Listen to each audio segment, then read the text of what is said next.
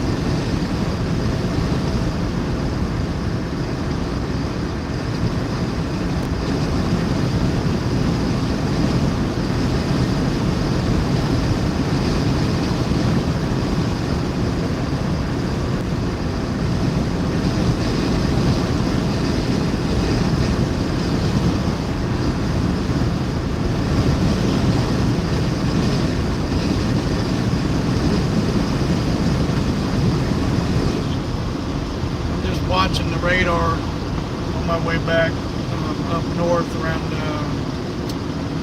eastern Indiana into Ohio. There's a small risk of tornadoes. There's already a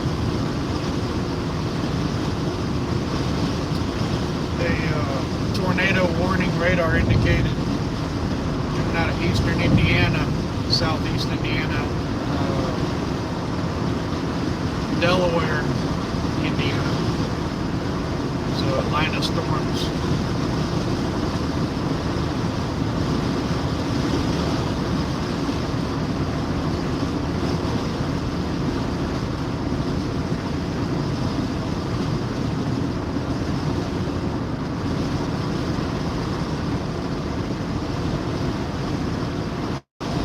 Basically, 845, great driver information.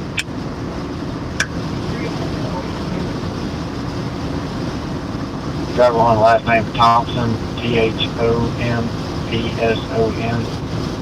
28 Yorba is getting this Mississippi Mary Henry David 9308, Mary Henry David 9308, it's J2.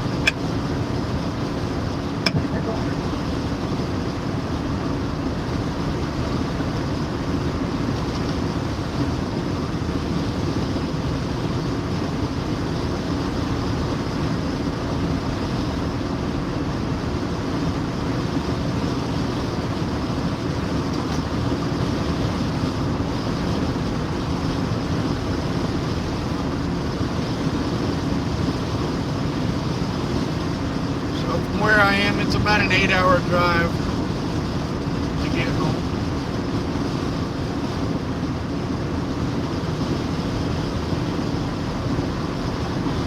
About 40 miles south of Memphis on I-55.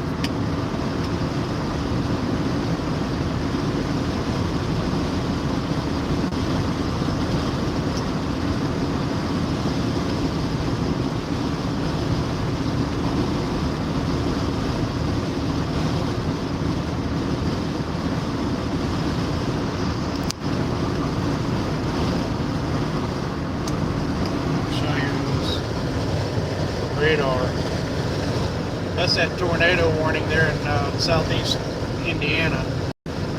Sorry for the shakiness, but that's near Delaware, Indiana, I believe it is. Line of storms there.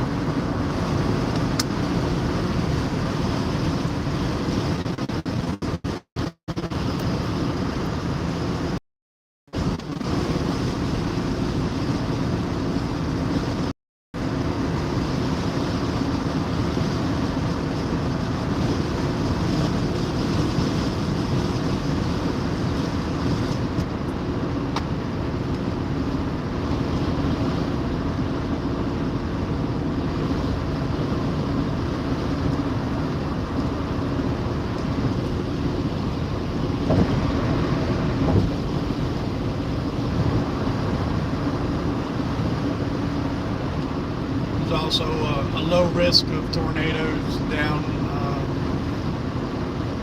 pretty much from North Carolina down into Florida. Just a really low risk. And then there's that low risk in the Ohio Valley.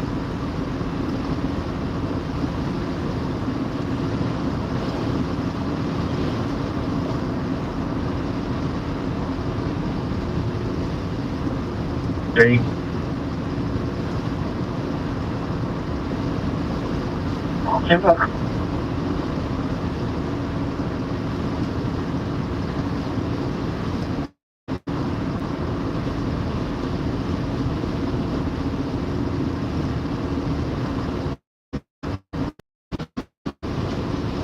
Zero 16.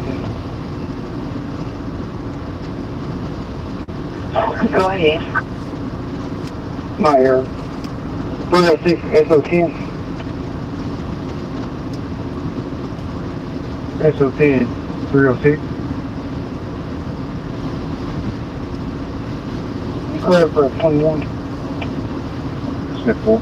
Looking at some of the video this morning on the Weather Channel down there in Louisiana.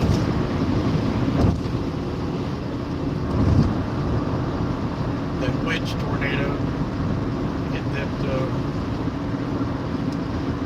that town down there. I can't remember the name of it.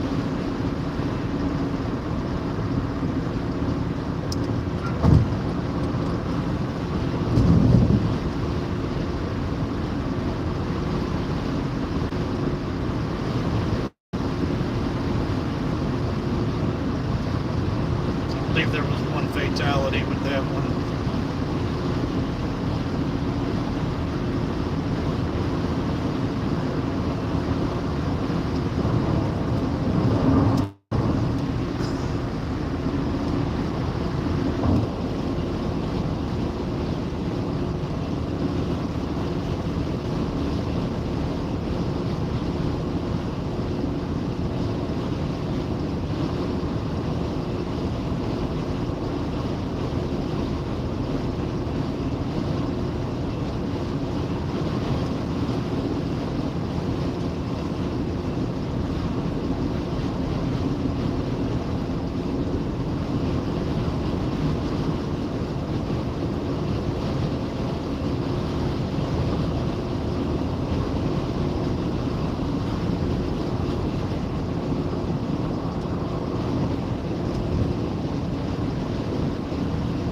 I can make this trip back home without rain. I'm so rained out.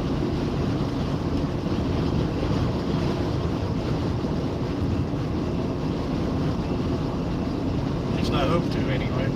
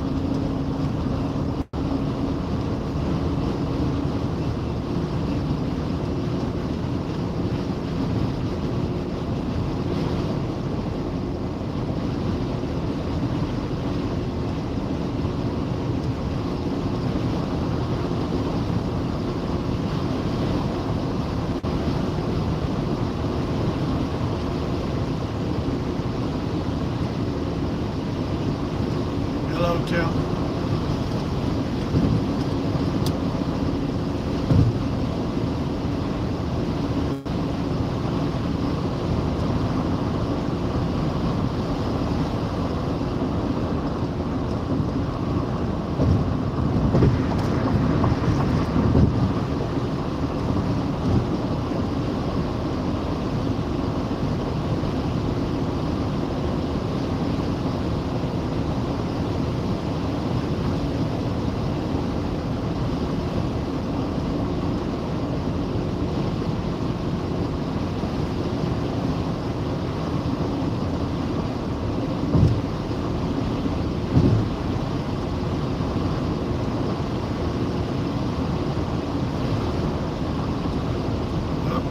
Finally, after last night, made my way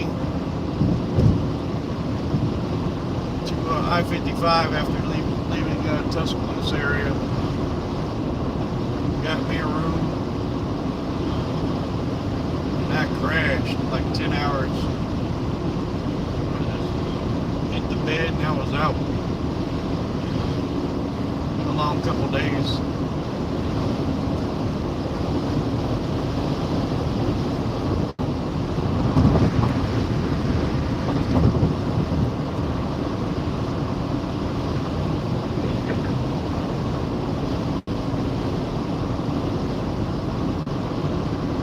I'm heading back home to Oklahoma.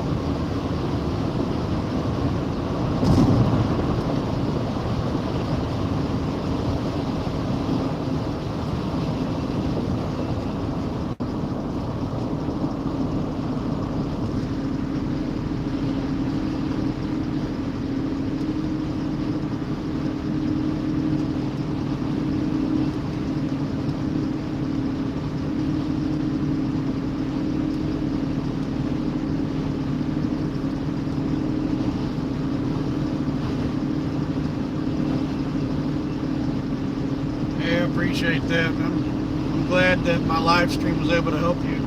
Get in touch with your people and let them know what was coming their way. Appreciate that. Okay, for it. Show me to you one time from the wreck to the jail. Beginning mileage 113.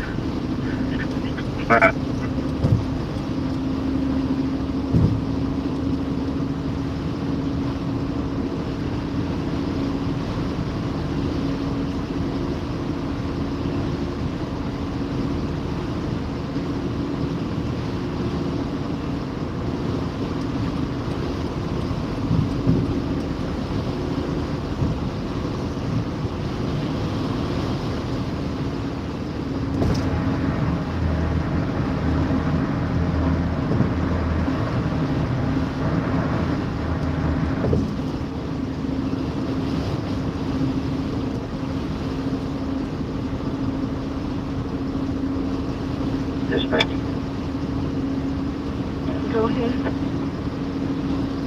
I'll be in the area 120 at North Lee for a follow-up.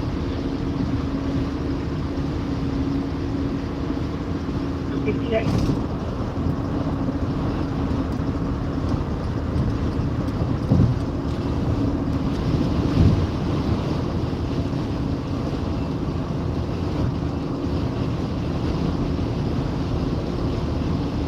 Half a mile away, that's pretty close.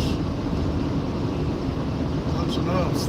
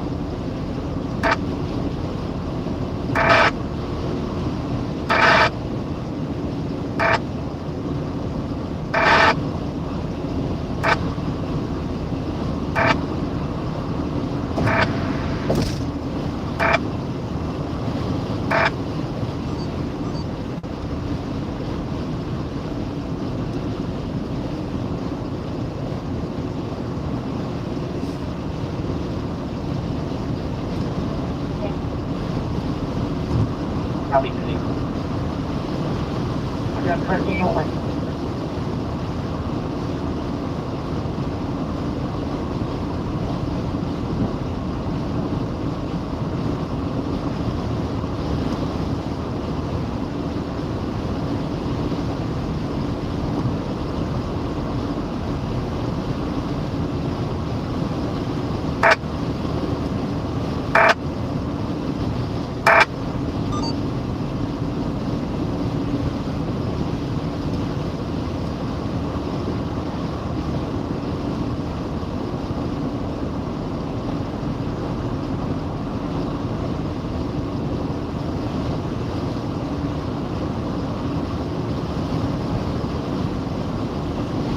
It's a chilly day here. It's 51. That breeze.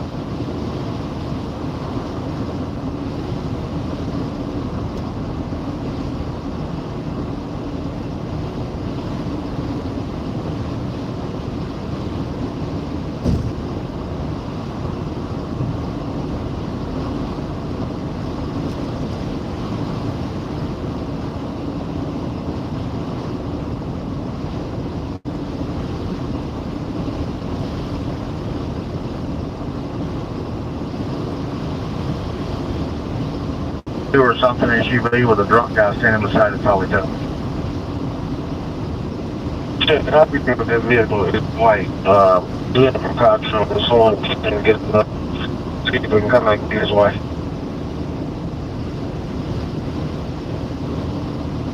People will show you how little white these people says we having vehicle trouble. Once you get a vehicle, it's gonna get his way. They come. Hey, Nico.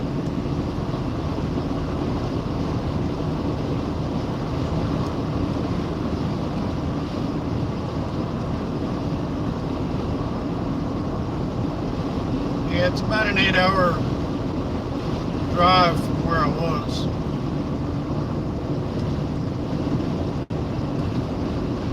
The long drive home.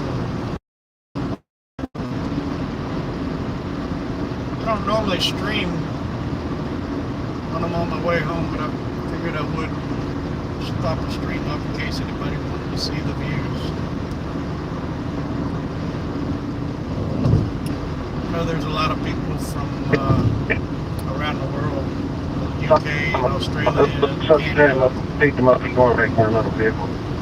that like to watch some of these drives because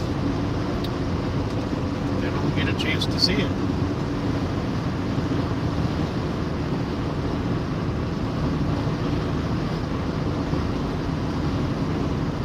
That's the one.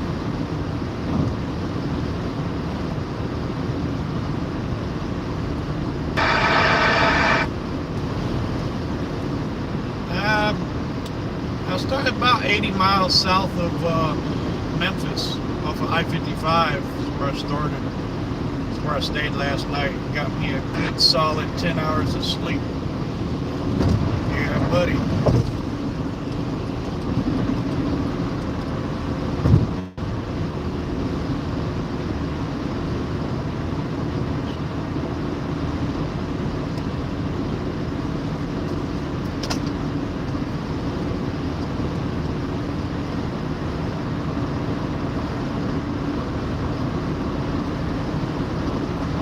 Right now I'm about 20 miles south of, oh, come on, really? What the is going on? Oh, it's like a parking lot. No!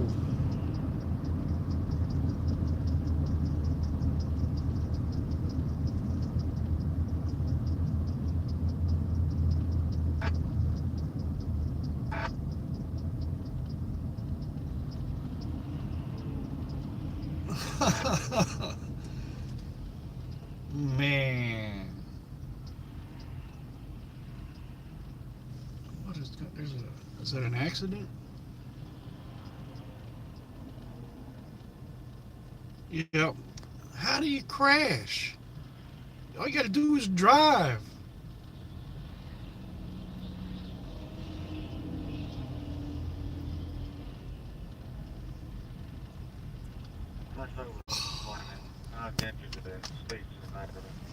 Look at that. Look at that. When you see red on the highways, you better pack a lunch or a snack or something.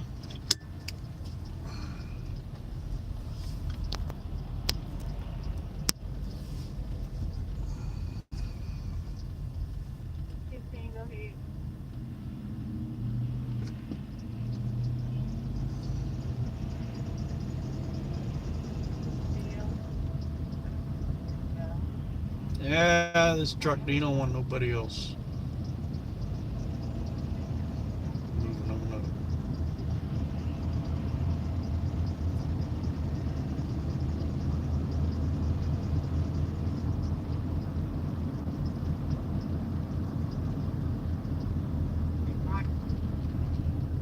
Just gonna play roadblock.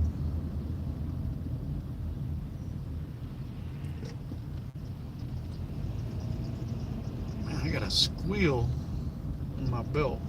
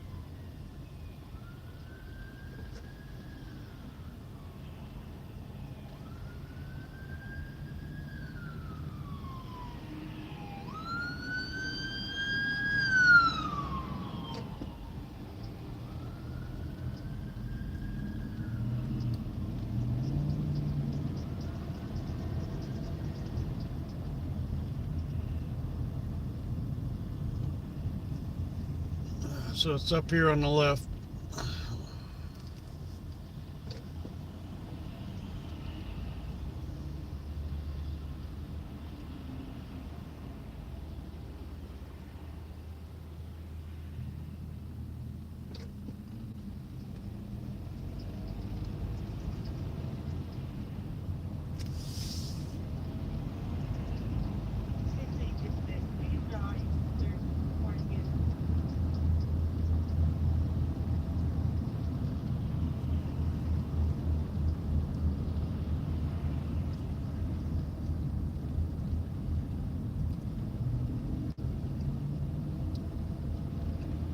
That was a good one. All right. Now that everybody's got a look, moving on.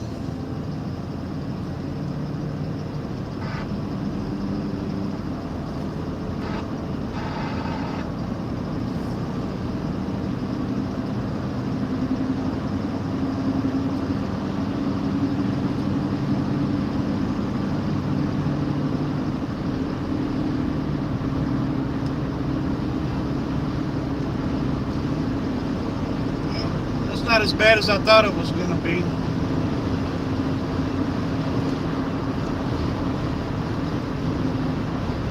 Sometimes those things will take, an hour or so to get through.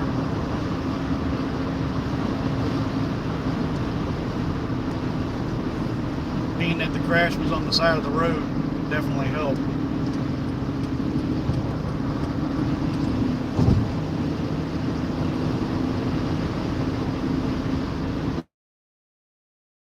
Just trying. I don't understand how you crash right there. I mean, unless somebody blew a tire and took somebody else out, something like that.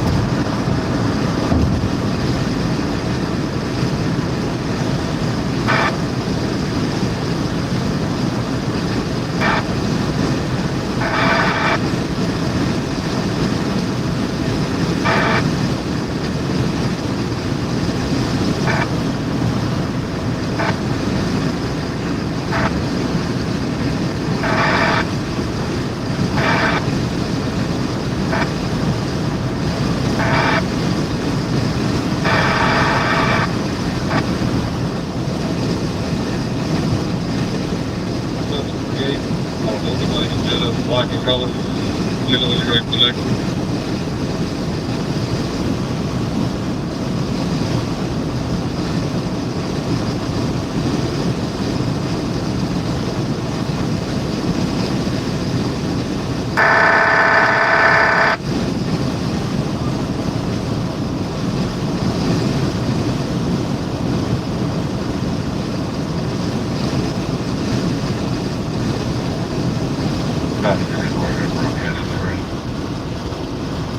So We're coming into the Memphis, Tennessee area.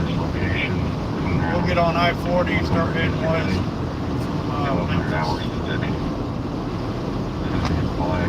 GMC Convoy 2008 with Tennessee tag.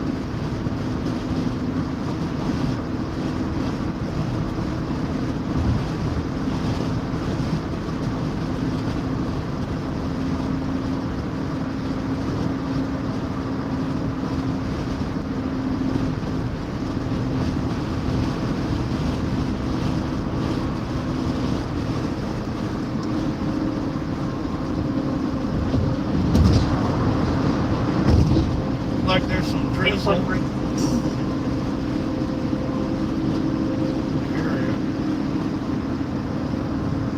Really expecting drizzle.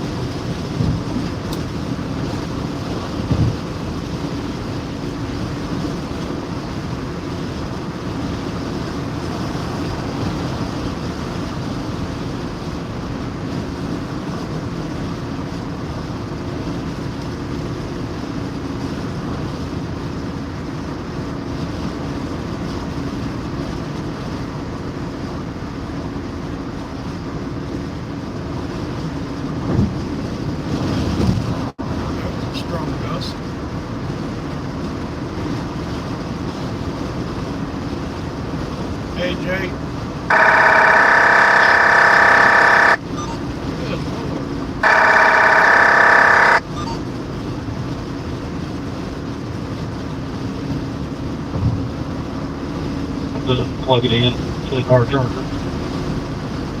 507.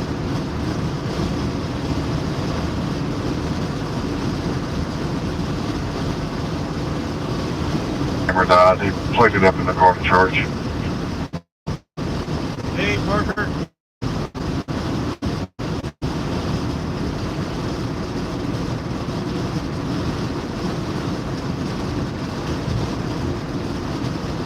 Those are, I get those a lot as I move along different states, different places. It's always the Department of Forestry. I don't know what it is about their radio system, but it's always the Forestry Department.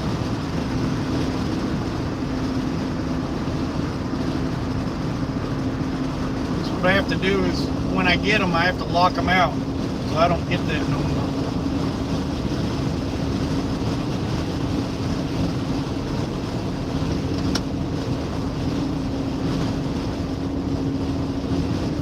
Make loud.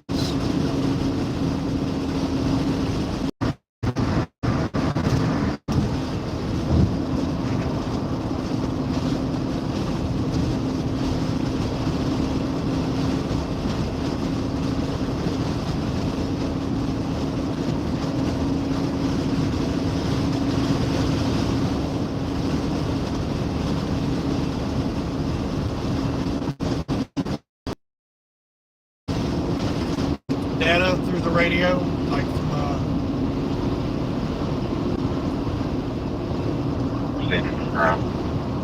computer or something like that. Sort of like the tones that you used to hear, except these are more annoying. Like dial-up.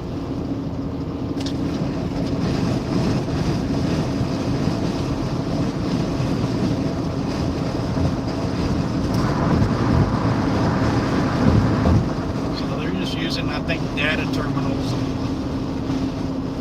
that's what that noise was.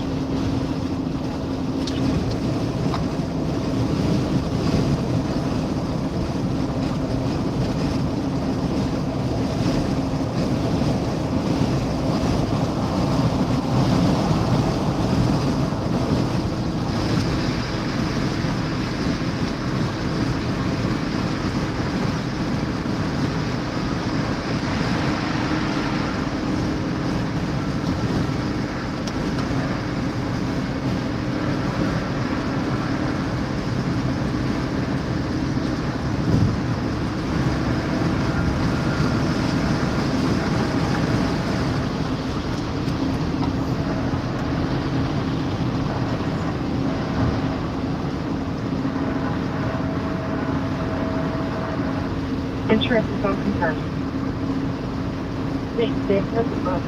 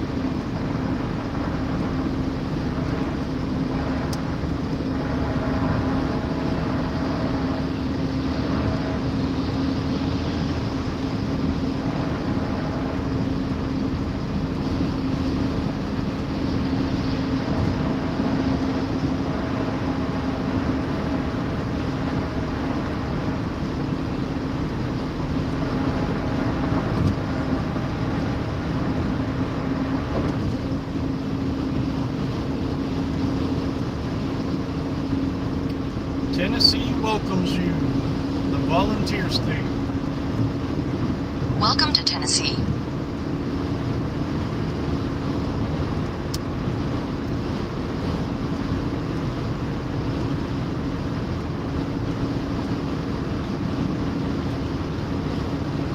Just for a moment anyway.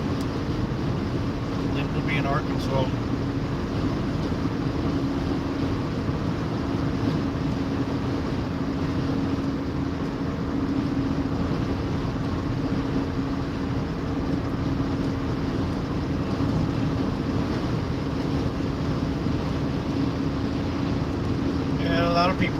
problem with Tennessee and Mississippi.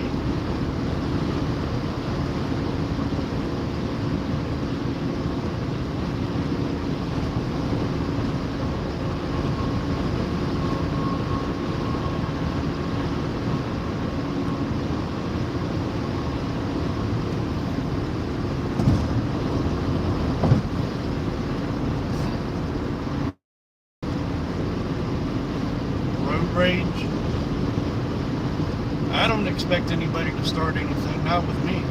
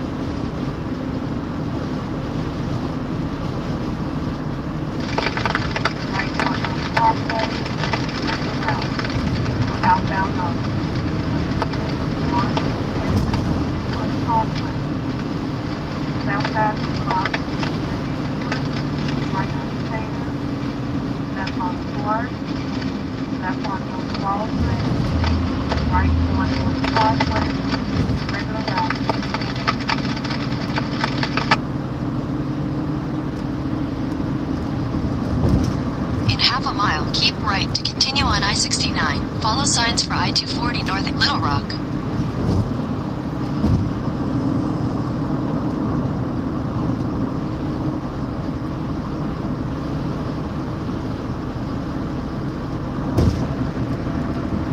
Keep right to continue on I-69.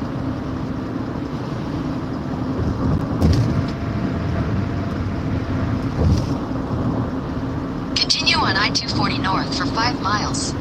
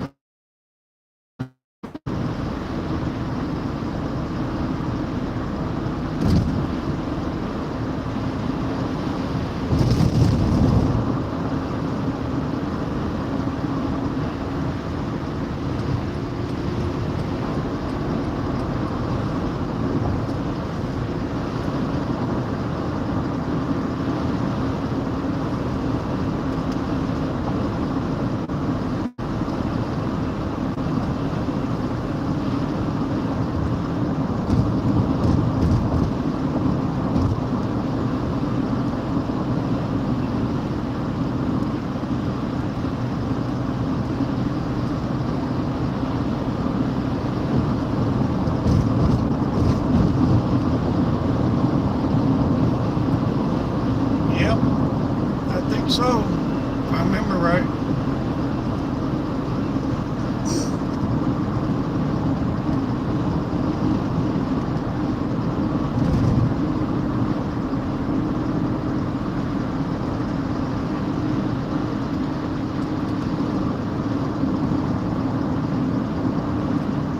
That I-40 bridge.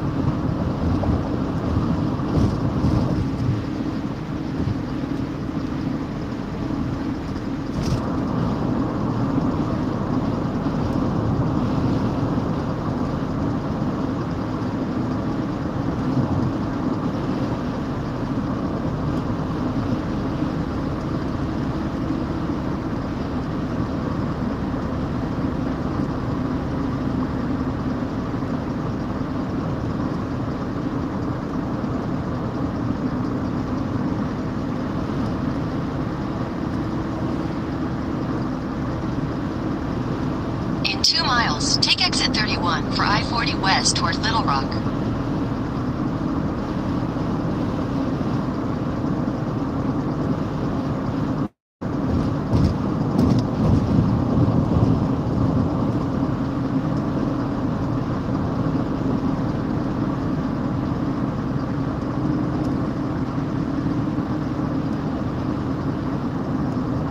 Okay, checking in out of Benjamin. 140 F. Is she conscious? There's 13 shot conscience and breathing. Well advised. County Correctional in the fight.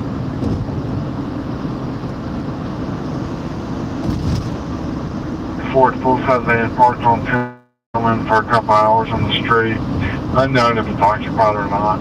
They just north of the intersection of Tillman and Pershing, 524.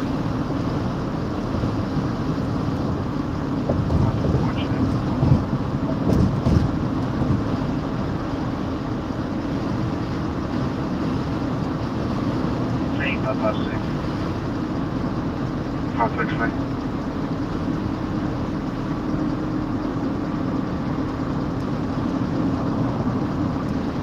In half a mile, take exit 31 for I-40 west toward Little Rock.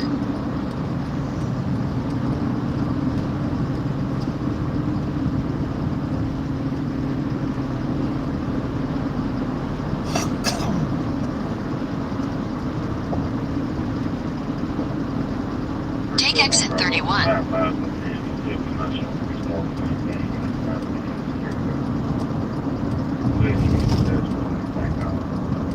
On I-40 west for 10 miles. Checking information on last quarter flight 1144 1144. Do we have another cutting follow with us? 361. Show me this.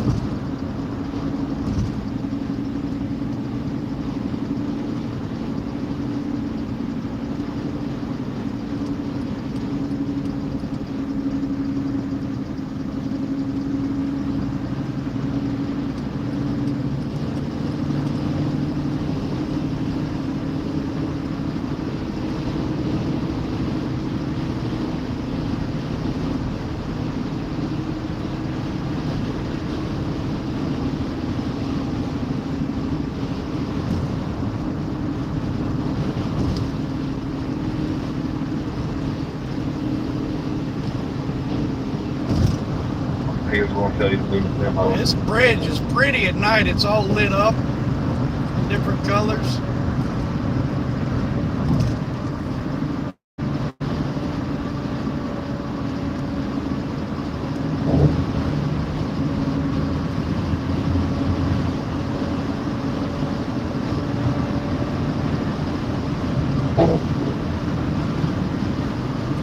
Crossing the Mississippi River. See it?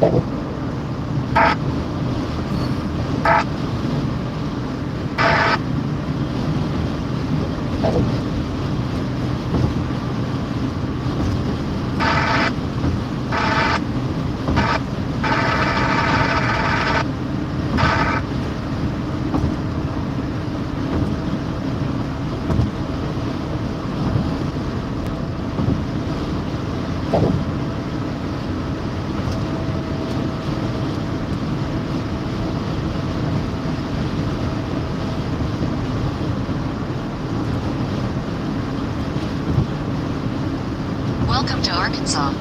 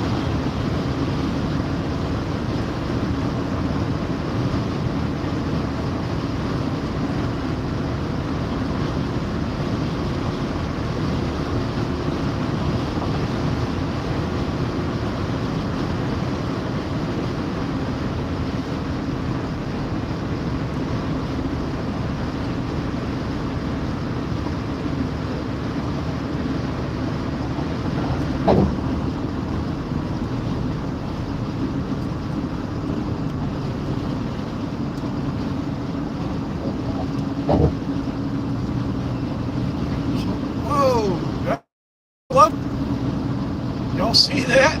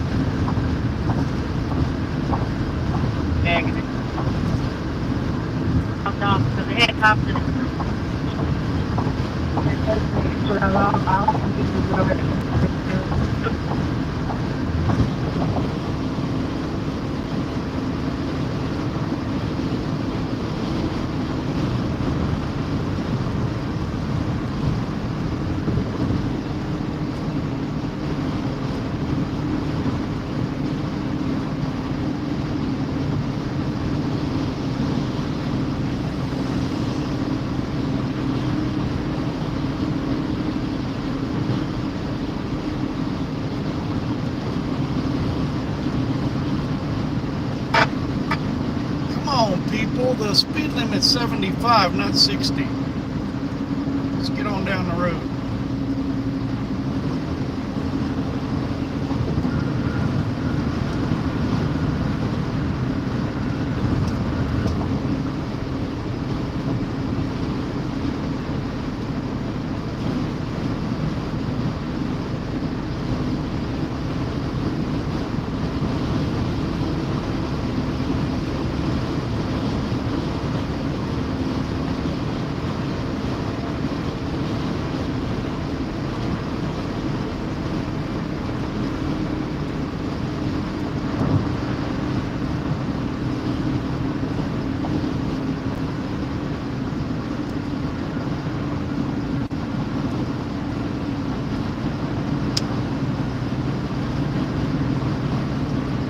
Splash of water from somewhere.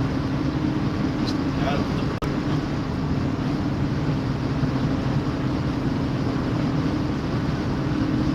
Ugh.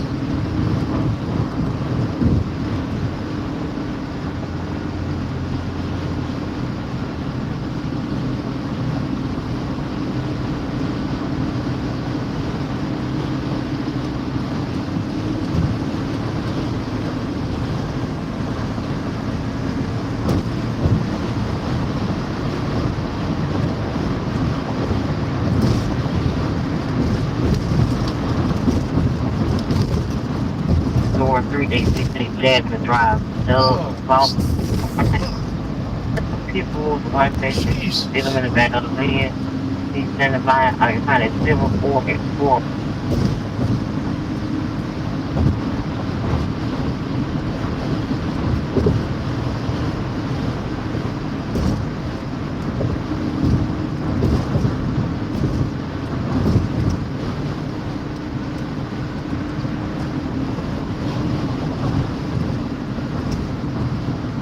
In half a mile, keep left at the fork to stay on I-40 West. Follow signs for Little Rock.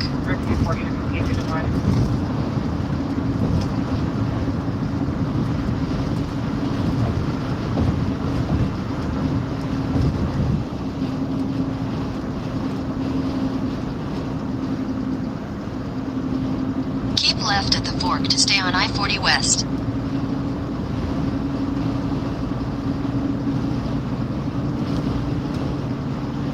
Continue for 123 miles. Negative 285, you can show us the service, MesoMikeOK at the garage, down at the backyard.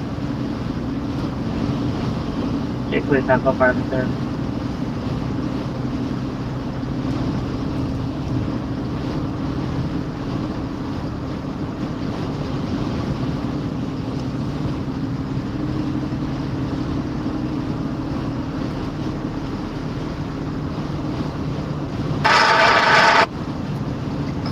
I hate that.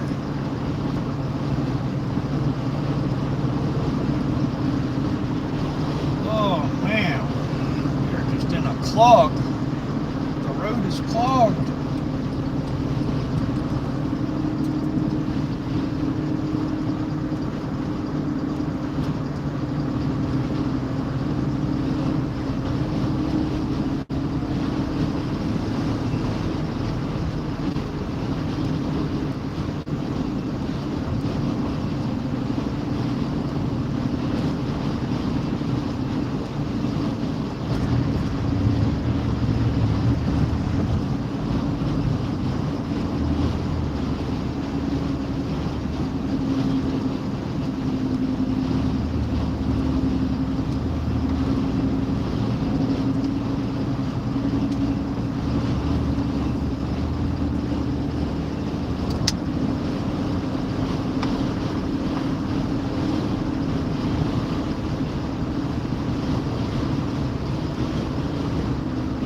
Wonder what the heck that is. That's kind of a weird looking thing.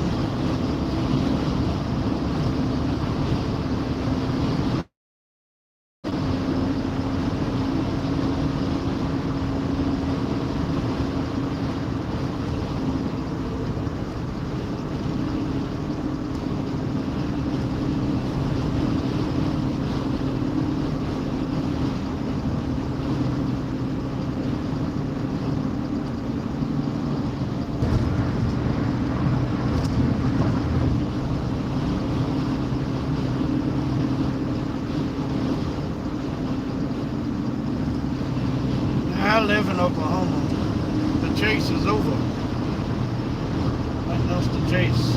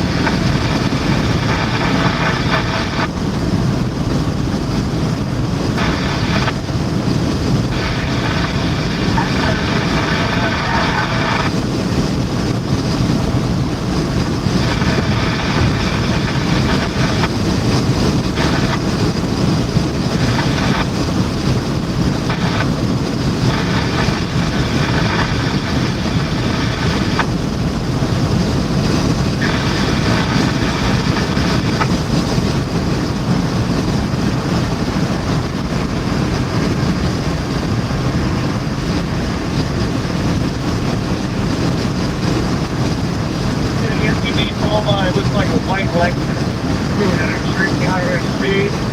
I'm not safe and I just follow.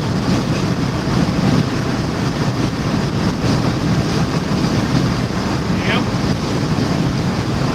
I just took the day. Like it.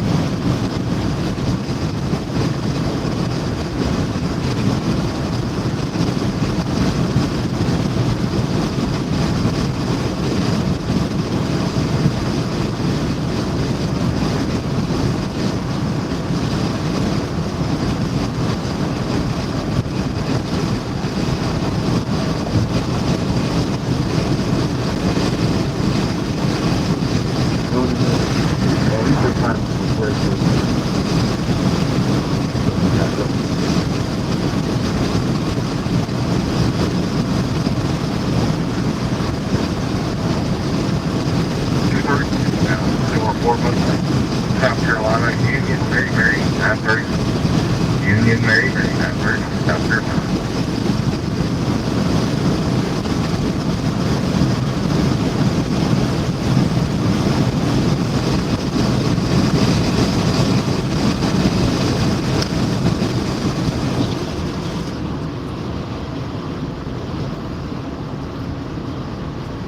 Get a little chilly.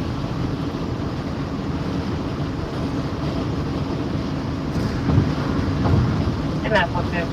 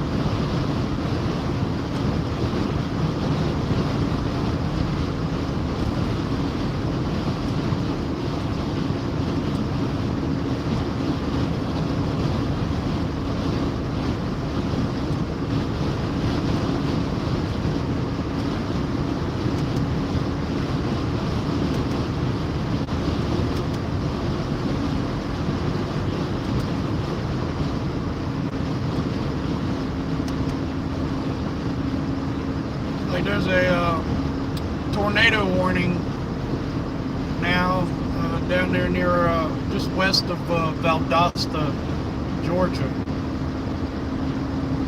I'm not sure if it's radar indicated or observed, but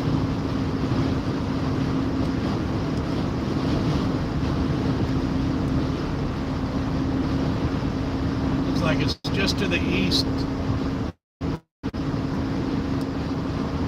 southeast of Valdosta, Georgia.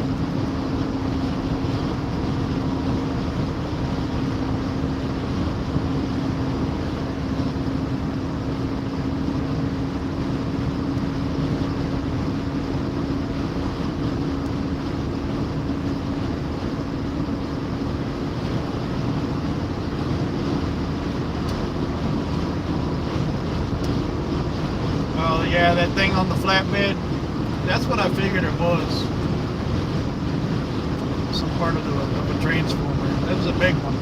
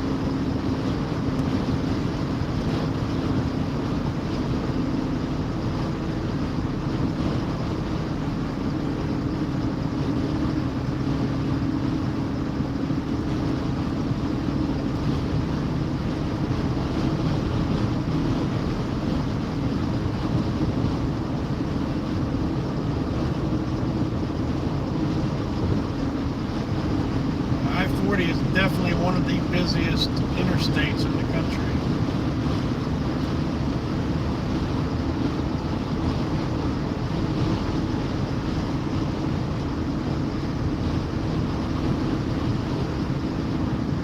And it pretty much goes west coast to east coast, right down the middle.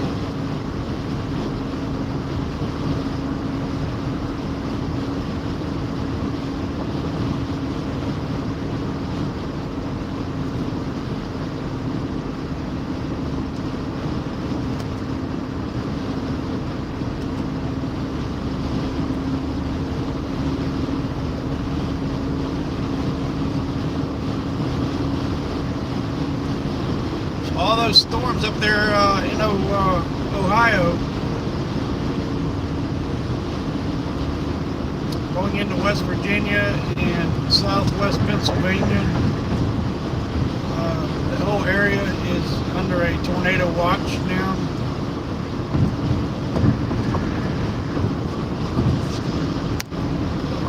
See if I can show you real quick.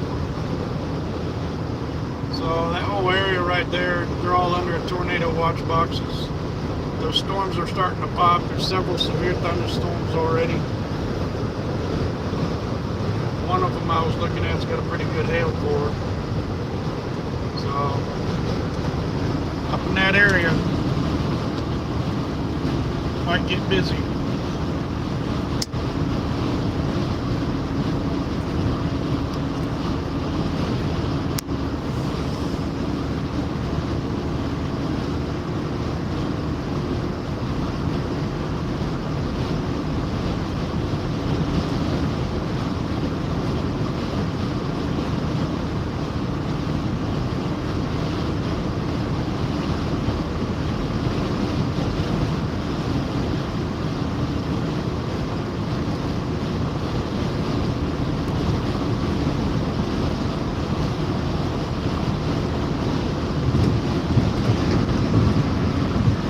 Storms popping up down there in eastern Kentucky. That would be Ryan Hall's area. He might be out chasing today. I don't know.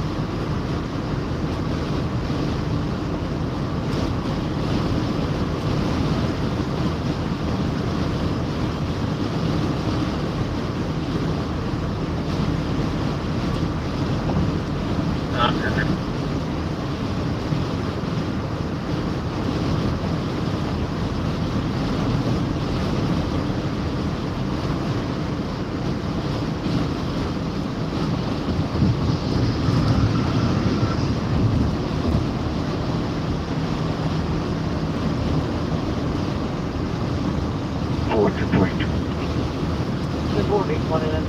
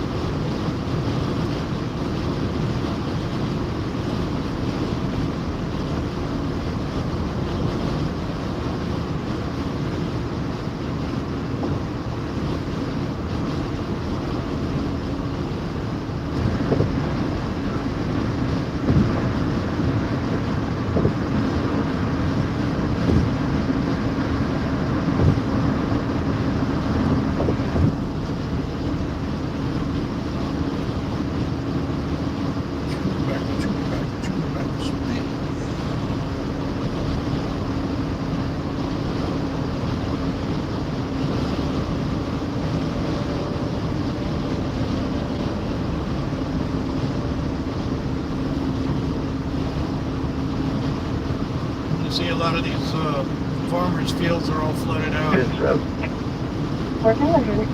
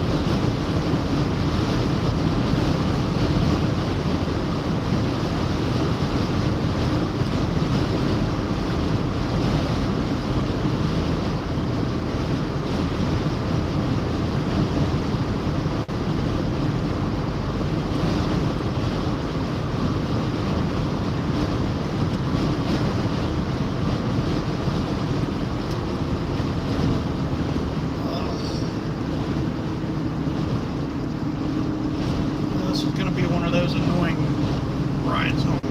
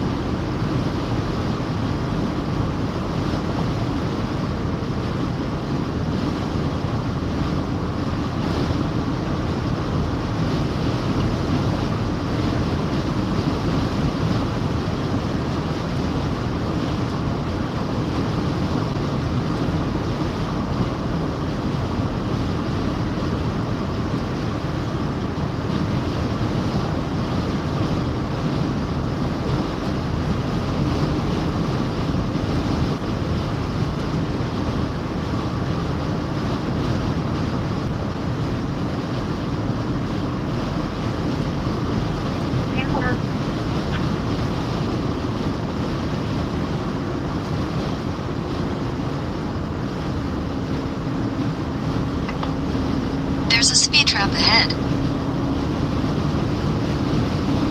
There's a speed trap ahead.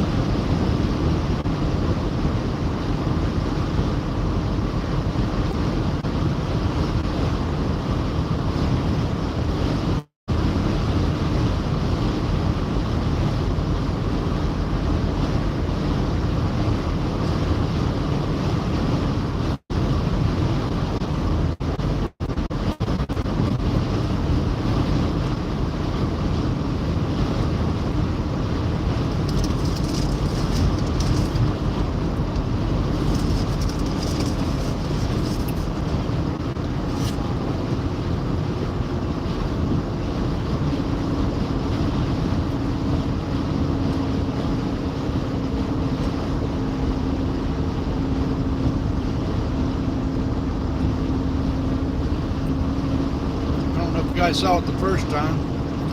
That is a raspberry cheesecake cookie from Subway. They're pretty good.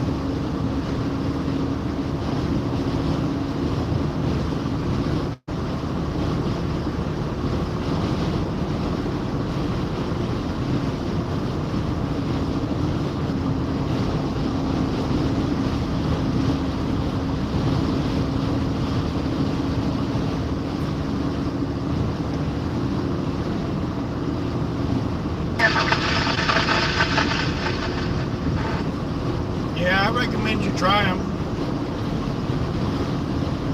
next time you're in Subway. Pretty tasty.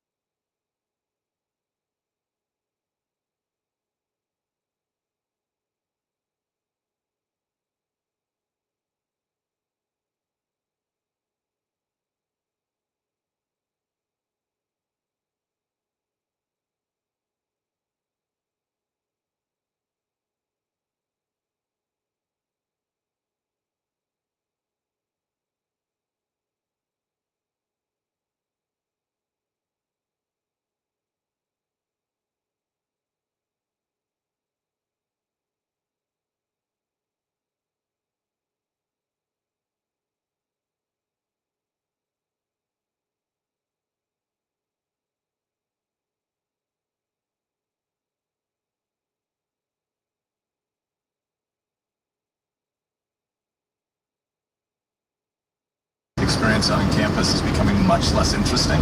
That the divide on American political campuses is less and less conservative policy leaning versus liberal or progressive policy leaning, but more and more liberal versus illiberal. And I think these campaigns are obviously deeply problematic. They shut down debate rather than teaching students how to engage ideas that they might not have encountered before, which is also a pretty decent definition of education. If you already knew everything before you ever encountered a new idea, you wouldn't need to.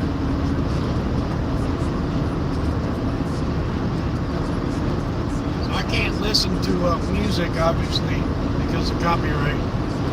But I can listen to talk radio, so I'm trying to find something. In particular, in law schools, it robs students of the opportunity to learn how to consider an alternate position and argue a different point of view than they might have had. So, given that you're a debate champion in earlier days as well, I'd like to ask if you agree that law students should be engaging with ideas from across the political spectrum, even those they disagree with, rather than trying to shun those different ideas. Thank you, Senator. Let me just say, in part because these issues are things that could implicate matters that come before the courts, I will just say that as a general matter, law school, like many schools, is a place where ideas and perspectives are considered, and in the law, as I've said, it's important for the judge who's making the decision to have different arguments. And so one of the things that traditionally happens in law schools is that you are trained in law to make arguments that are at times not even the arguments that you personally agree with, because the understanding is that in litigation, in disputes that come before the court is going to want to hear from different viewpoints. So in that sense, the essence of legal instruction is to have different arguments being made, because that models in great part what happens in a courtroom. I really am not trying to ask any kind of gotcha question here. I suspect we highly agree, so I don't understand the qualification you put at the beginning. There's no sort of second order fork on my question. It is better to debate ideas that you disagree with than shout them down, isn't it? It is better in law schools to make sure that there are ideas from all perspectives, and in order to have that happen, they can't be suppressed. So you don't want students shouting down other students or visiting professors, right? I mean, I'm honestly, I didn't think there was any chance we would differ on this, so I'm not. No, I'm not. Okay. I'm not suggesting You're that we do against differ. canceling people, I assume. I'm not suggesting that we differ. What I'm saying is that these issues about speech on campus and the like are the kinds of things that are issues that are working their way, in different formats and different ways through the courts. And so just be careful. To the healthily better off, you're going to be a hero, or already a hero, to lots and lots for vigorous and robust debate. I don't see how you might be constraining that because of future cases, but I'm going to just assume we're mostly aligned on this. I think that's a fair assumption. Thank you. I do want to make, before we move on, just because we've had a number of members of this committee comment on cameras in the court. I've made my position on this clear a lot of times, but if it can give a tiny bit of friend of the court brief in advance, because I think when you're on the court and you all continue to debate this issue, I think it should be a decision for the Supreme Court to make about whether or not there are cameras in the courtroom, not a decision for the Article 1 branch to make for Article 3. But I think it's incredibly important for us to recognize, because I think I differ from a lot of my colleagues on this who are advocates for cameras in the courtroom. I did that with your family when you're wrestling through issues and apologizing for something and saying, I said this before, but maybe I should modify what I said. My tone was jerky. My substance didn't account for your position. I think this might be there's a bunch of things that humans can do if they're not immediately mindful of some distant camera audience that they might be trying to create a soundbite for. And Instagram can be useful for some small things, but for intellectual discourse, it is not a friend. And I think we should recognize that the jackassery we often see around here is partly because of people looking for short-term camera opportunities. And it is definitely a second, third, and fourth order effect that the court should think through before it has advocates in there who are not only trying to persuade the 9 justices, but also trying to get on cable that night or create a viral video. So for what it's worth, I hope that the court doesn't respond to some well-meaning impulses from the Congress to push for cameras in the courtroom, but also some bullying. And there are ways that you can get to a lot of transparency. Audio recordings are increasingly released from the Supreme Court in timelier fashion over the past few decades. Do you think the Supreme Court is legitimate? I do, Senator.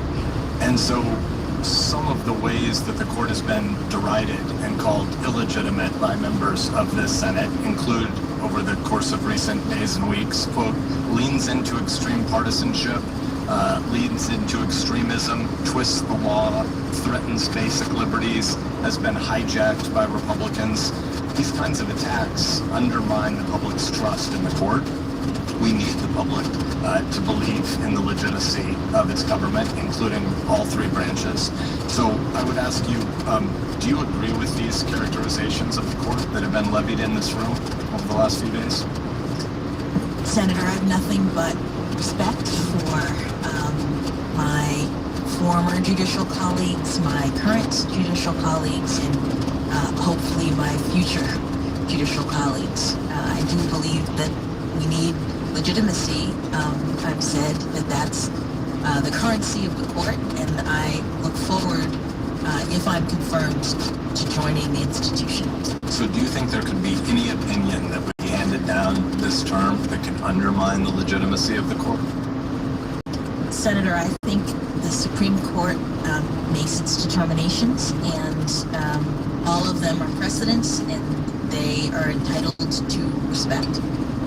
I'd like to come back to our conversation from yesterday. You pointed out a number of times that as both a district and now a circuit court judge, you are constrained and bound by the Supreme Court's holdings. You mentioned a couple of times that you haven't had a chance to do much constitutional interpretation for yourself. I largely agree with the way you framed most of that for the lower courts, but I think you would also agree with me that the job of the Supreme Court justice is different than a district court judge, and in certain ways from a circuit judge as well. When you serve on the Supreme Court, you'll have to interpret what the Constitution means, and based on what you told us about the constrained role on the lower courts, lower court decisions would then not be able to answer how you would approach the new job you would have on that highest court. And so that's why I thought our conversation on judicial philosophy yesterday was somewhat helpful. I'm not a lawyer, but I think you took a lot of us to law school yesterday in ways that were helpful. And in particular, you walked us through some different schools of constitutional and statutory interpretation in ways that I think were good for the committee, were good for the court, and were good for the public more broadly. So I guess I would ask you if you could take us to law school one more time and walk us through some of the different approaches to substantive due process and unenumerated rights. What are the different ideas on the Supreme Court and in the broader legal community? Thank you, Senator. I am not mostly familiar with the Supreme Court's precedents in this area. It's been a while now that the Supreme Court has determined that the 14th Amendment, which guarantees due process, includes a substantive component in addition to procedure. The term due process, one would think, is just about the procedures that the government has to afford you before it affects your life, liberty, or property. But the Supreme Court has also said that that protection extends to certain personal, individual rights that relate to dignity and autonomy, and that are deeply rooted in our nation's history and traditions, or implicit in the concept of order and liberty. And the kinds of things the court has recognized pursuant to that line of jurisprudence are things like interracial, the access to contraception, the woman's right to terminate her pregnancy, abortion, pursuant to or subject to the framework established in Roe and Casey, travel, the child, the ability to direct your children. Those are some of the rights that have been recognized pursuant to the 14th Amendment due process clause. I'm less familiar with the sort of scholarly debate outside of the Supreme Court's rulings. So will there be new ones in the future?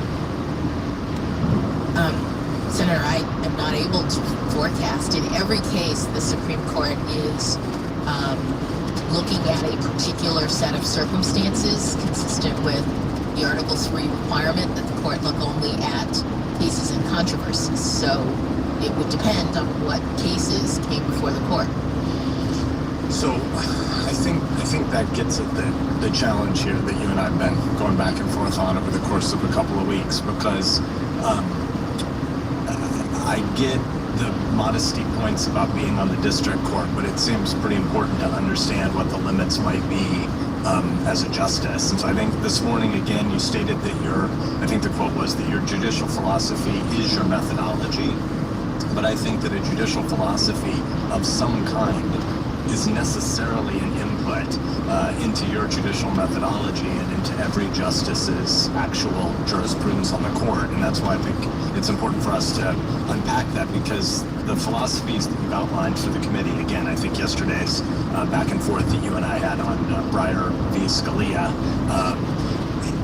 is important, and you wouldn't claim any of those philosophies for yourself, and yet I think the philosophies ultimately instruct judges on the sources and the tools they consult, on how they discern intent, on whether the Constitution is protecting specific limited and defined principles or more general values, and whether modern values can be used to infuse our understanding of the Constitution. So again, when you narrated a bit of the debate between Justice Breyer, I know you've got lots of intellectual inputs in life, but you've credited him as a brilliant jurist and role model before.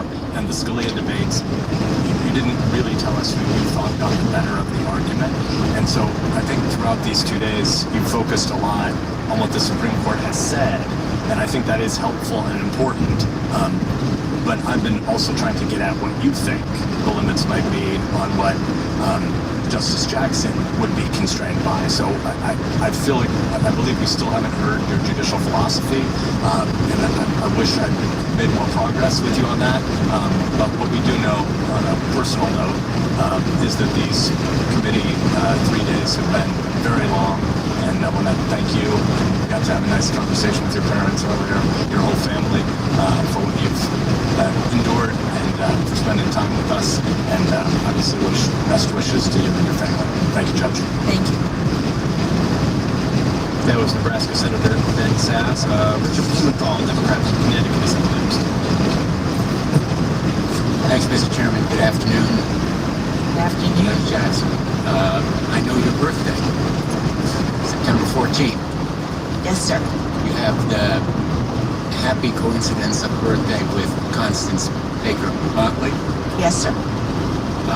Who just happens to have been born in New Haven, Connecticut. Ah. And we're very proud that she is a daughter of New Haven and Connecticut. And she is one of my heroes as well. To know about her, she was the first Black woman appointed to the federal bench. She is the first Black woman to have argued for the United States Supreme Court. In fact, her record before the court was 10 wins and 0 losses. She was very predominantly responsible for Brown versus Board of Education. Thurgood Marshall got most of the credit, but she did a lot of the work. Probably sounds familiar. So why don't you tell us, and maybe tell those folks, particularly women and girls who are watching, listening, why you said at the outset of the hearings here that she was one of those whose shoulders you stood upon as you came here today. Thank you, Senator.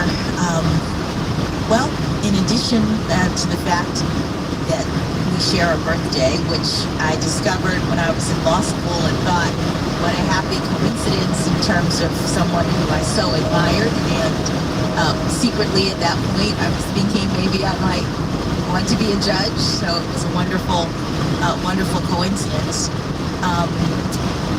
I so admired the fact that she was the first. It's not necessarily easy to be the first, but it is an opportunity to show other people what is possible. When you're the first, it means no one has ever done it before, like you, and there may be hundreds, thousands of people who might have wanted that opportunity and thought, I can't do that because there's no one there like me. And so being a trailblazer, whether it's Judge Motley or Justice Marshall or Justice O'Connor, being a trailblazer is really inspiring, I think. And I was always moved by Judge Motley's experience, and think it may even be part of why I moved in this direction.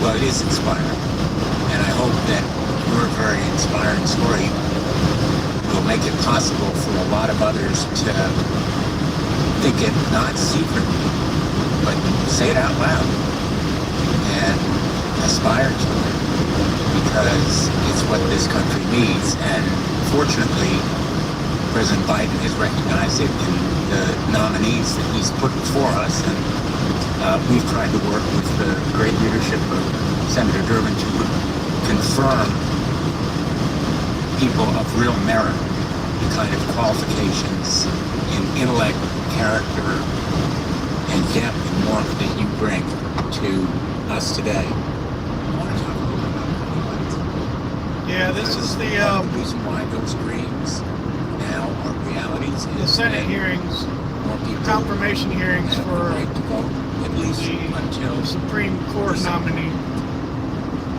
In fact, there has been a lot of backsliding about turning back the clock on voting rights. The gentleman sitting behind you, Doug Jones, our former colleague, whom we very much respect and admire, wrote a tribute to Vivian Malone Jones. But I can't listen to music while live streaming, or I'll get copyrights from YouTube. But I can listen to talk radio without copyright. He said in a speech that Doug Jones wrote in tribute to her as she was inducted posthumously into the Alabama Women's Hall of Fame. I'm quoting, "We can best honor her by acknowledging that while most doors are unlocked." You're listening to Judge Ketanji Brown Jackson's Supreme Court confirmation hearings. This is live special coverage from NPR News. And this is 89.1 KUAR, Little Rock. The rest of the nation. Let us commit ourselves to do our part to open these doors as wide as possible so that everyone can take the walk with Vivian Jones. I'm going to ask that former Senator Jones' full speech be entered in the record, Mr. Chairman. Thank you. The simple fact of the matter is, Judge Jackson, Congress passed the Voting Rights Act in 1965. It was a source of real power to so many people who got the right to vote for the first time in practical terms, because it struck down more than 1,000 discriminatory election rules proposed by state and local officials in open. This is live special coverage from NPR News. I'm Scott Tetro in Washington. We are listening to Senator Richard Blumenthal, a Democrat from Connecticut, question Judge Ketanji Brown Jackson at her Supreme Court confirmation hearing. And then, just in the last few years, the Supreme Court has hacked away at it in an exercise of judicial activism that has been historic in magnitude. Judges supplanting their views for the policy preferences and official acts of legislature in opinions that were written and joined by only conservative justices. These decisions were about as far from judicial restraint as they could possibly be, not even close. And they rewrote the rules of our most cherished and most bipartisan civil rights law.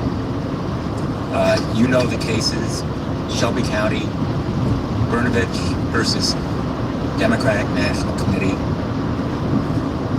In effect, their opinions, including Justice Alito's decision in Brnovich, are completely untethered from the clear statutory text, and they impose a series of so-called guideposts on Section 2 that create unreasonably high hurdles to the exercise of the Voting Rights Act. I hope that you will bring to the court that deliberate, careful methodology that you described earlier, very convincing.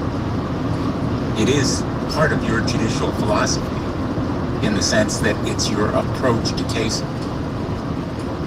And it has been very persuasively and clearly articulated. And I think if that kind of deliberate and careful methodology had prevailed on the United States Supreme Court, we would still have the Voting Rights Act in full right now. And I hope that we can once again return to bipartisan support of those rights. The most recent exercise of unfortunate decision-making in the voting rights area came just hours ago when the Supreme Court struck down the decision of the Wisconsin State Supreme Court in Wisconsin Legislature versus Wisconsin Elections Commission. What is striking is not only the result, but the fact that it was done as part of the shadow docket. We've talked a lot about it here, and what the people of America should know is there's no oral argument, there's only minimal briefing, there are no full opinions of the court. In fact, I'm holding up a per curiam opinion that is about 12 pages in length from the court, which means you don't know who wrote it. And there is a powerful dissent. I recommend that everyone read it. Again, use of the shadow docket has become increasingly prevalent since 2017, and in effect, the United States Supreme Court is shirking its duty. I hope you will bring to the court the kind of responsible and methodical approach to decision-making that will lead to an avoidance of the shadow docket, as well as a return to the Voting Rights Act. And if I can just offer one more piece of advice on the court's workload, I have a chart. I know we're not going by the rules of evidence here, but this chart indicates the fine decisions of the United States Supreme Court over a good part of its history. And I think the pattern here is pretty clear. the court issues fewer signed opinions. In fact, it has declined precipitously since 1972. This little blip at the end here is an increase from 53 to 57.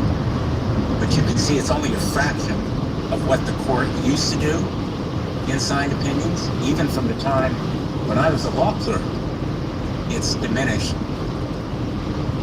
profoundly. The Supreme Court needs to do its job. It needs to issue signed opinions, not the shadow docket. It needs to take cases and resolve real, fundamental, important issues. And taking your record, 573 opinions over 9 years. I'm not a math major, but that's about 64 opinions a year. That's a lot more than they do, all 9 of them. So I hope you will bring the energy that you have demonstrated in this room, the energy and the work ethic to the United States Supreme Court, because clearly you have both.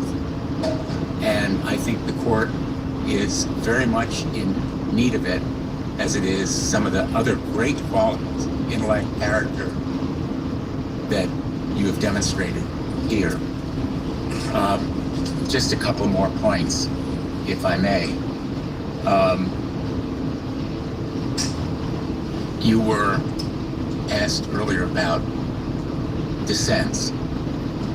I want to ask you about one in particular. The dissent of your mentor and your predecessor on the court, Justice Breyer. I am told, I think I've read, that there is one opinion that he is proudest of. Could you tell us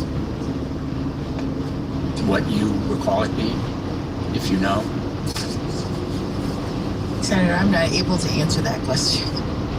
Well, I think he said that the dissent that he is proudest of was in parents involved in community schools versus Seattle School District. I think he said it was the opinion that he was proudest of. And he cited it in a Harvard Law School symposium about his notable opinions. And he said this dissent was most notable. I will give you the citation when we're done, and ask that it be entered into the record, Mr. Chairman. Without objection. It's 77 pages long, and it's a dissent. It's a dissent in the parents involved case, which was a 5-justice plurality. Democrat from Connecticut. He is the latest lawmaker to question Judge Ketanji Brown Jackson here on the second day of questions and answers in her confirmation hearing. Voluntarily trying to address school segregation in public schools in both of those cities. And the justices, conservative justices, striking down the school integration plans, said in effect they couldn't move forward with those integration plans. You may recall it is the opinion where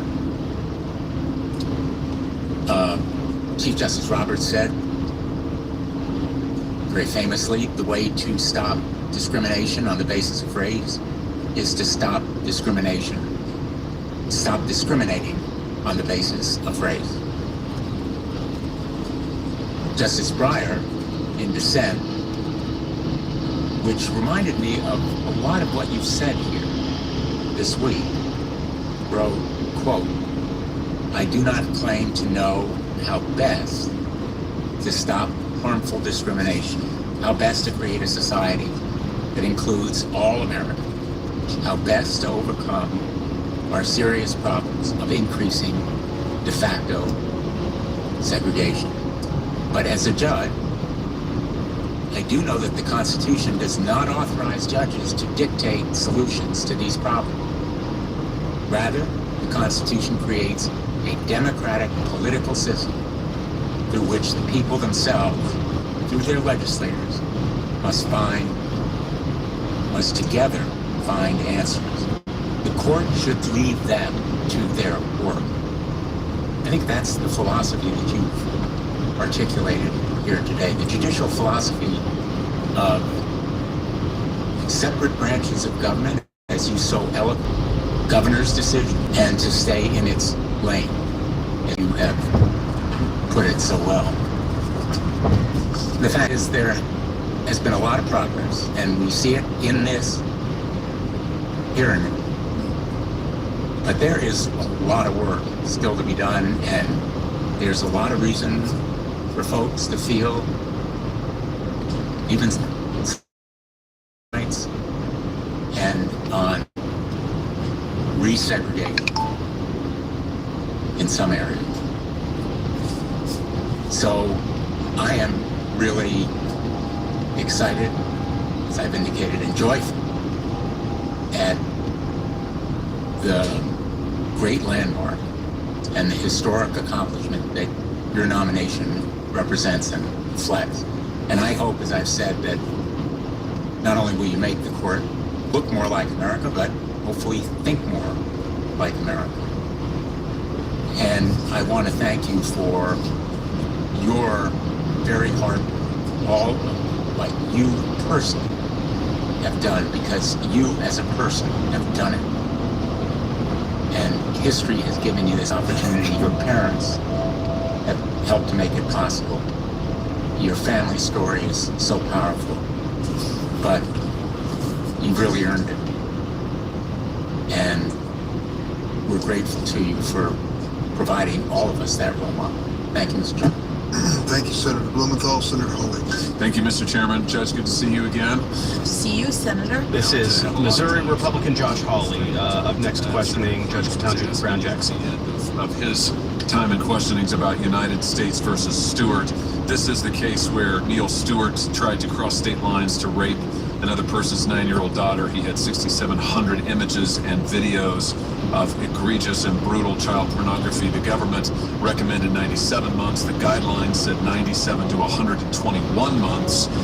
You came in at 57 months, Senator Cruz. Just want to flag for listeners that as lawmakers have questioned Judge Jackson about her sentences in cases involving child pornography, they have increasingly been getting into explicit detail about those cases. So just wanted to flag that for anybody who does not want to hear those details of these really explicit cases. You are listening to live special coverage of Judge Ketanji Brown Jackson's confirmation hearings. Especially cases that involve the kinds of acts that you're talking about, the kinds of evidence that I had to deal with as a judge. In every case, I am balancing the factors that Congress has determined are appropriate and required for a judge to make a determination. The data points that Senator Cruz pointed to that you may have in front of you don't account for all of the information that was before me as a judge and the authority that you all, Congress, and your prior confirmation when I was a district judge provided for me to exercise my judgment, and I treated those cases and every case very seriously and imposed a sentence that was sufficient but not greater than necessary to promote the purposes of punishment. Would it surprise you to learn that Mr. Stewart's a recidivist? There's warrants issued again for his arrest just 3 years after you sentenced him. Would it surprise me? Yeah, would it surprise you? You know, Senator, there is data in the Sentencing Commission and elsewhere that indicates that there are recidivism, serious recidivism issues. And so among the various people that I've sentenced, I'm not surprised that there are people who reoffend. And it is a terrible thing that happens in our system. Yeah, indeed it is. Let me ask you about the Hawkins case. You and I talked about this yesterday. You've been able to think about it overnight. This is a case where you had an 18-year-old who possessed and distributed hundreds of images of 8-year-olds and 9-year-olds and 10-year-olds, and you gave him, frankly, a slap on the wrist sentence of 3 months. Senator, Do you regret it?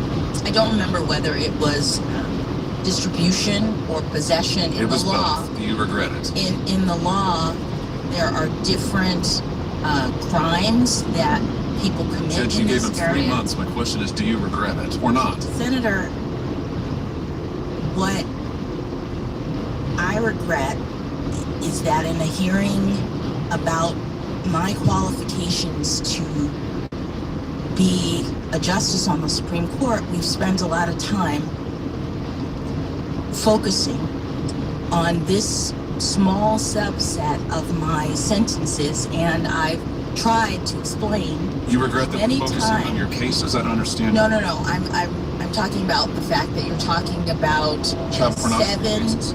very serious cases. I'm glad we agree on that. Don't you Some of which involve conduct that I sentence people to 25, 30 years. 3 months for. in this case, Judge. Do you regret it? You haven't answered my question yet. Do you Senator. regret this sentence?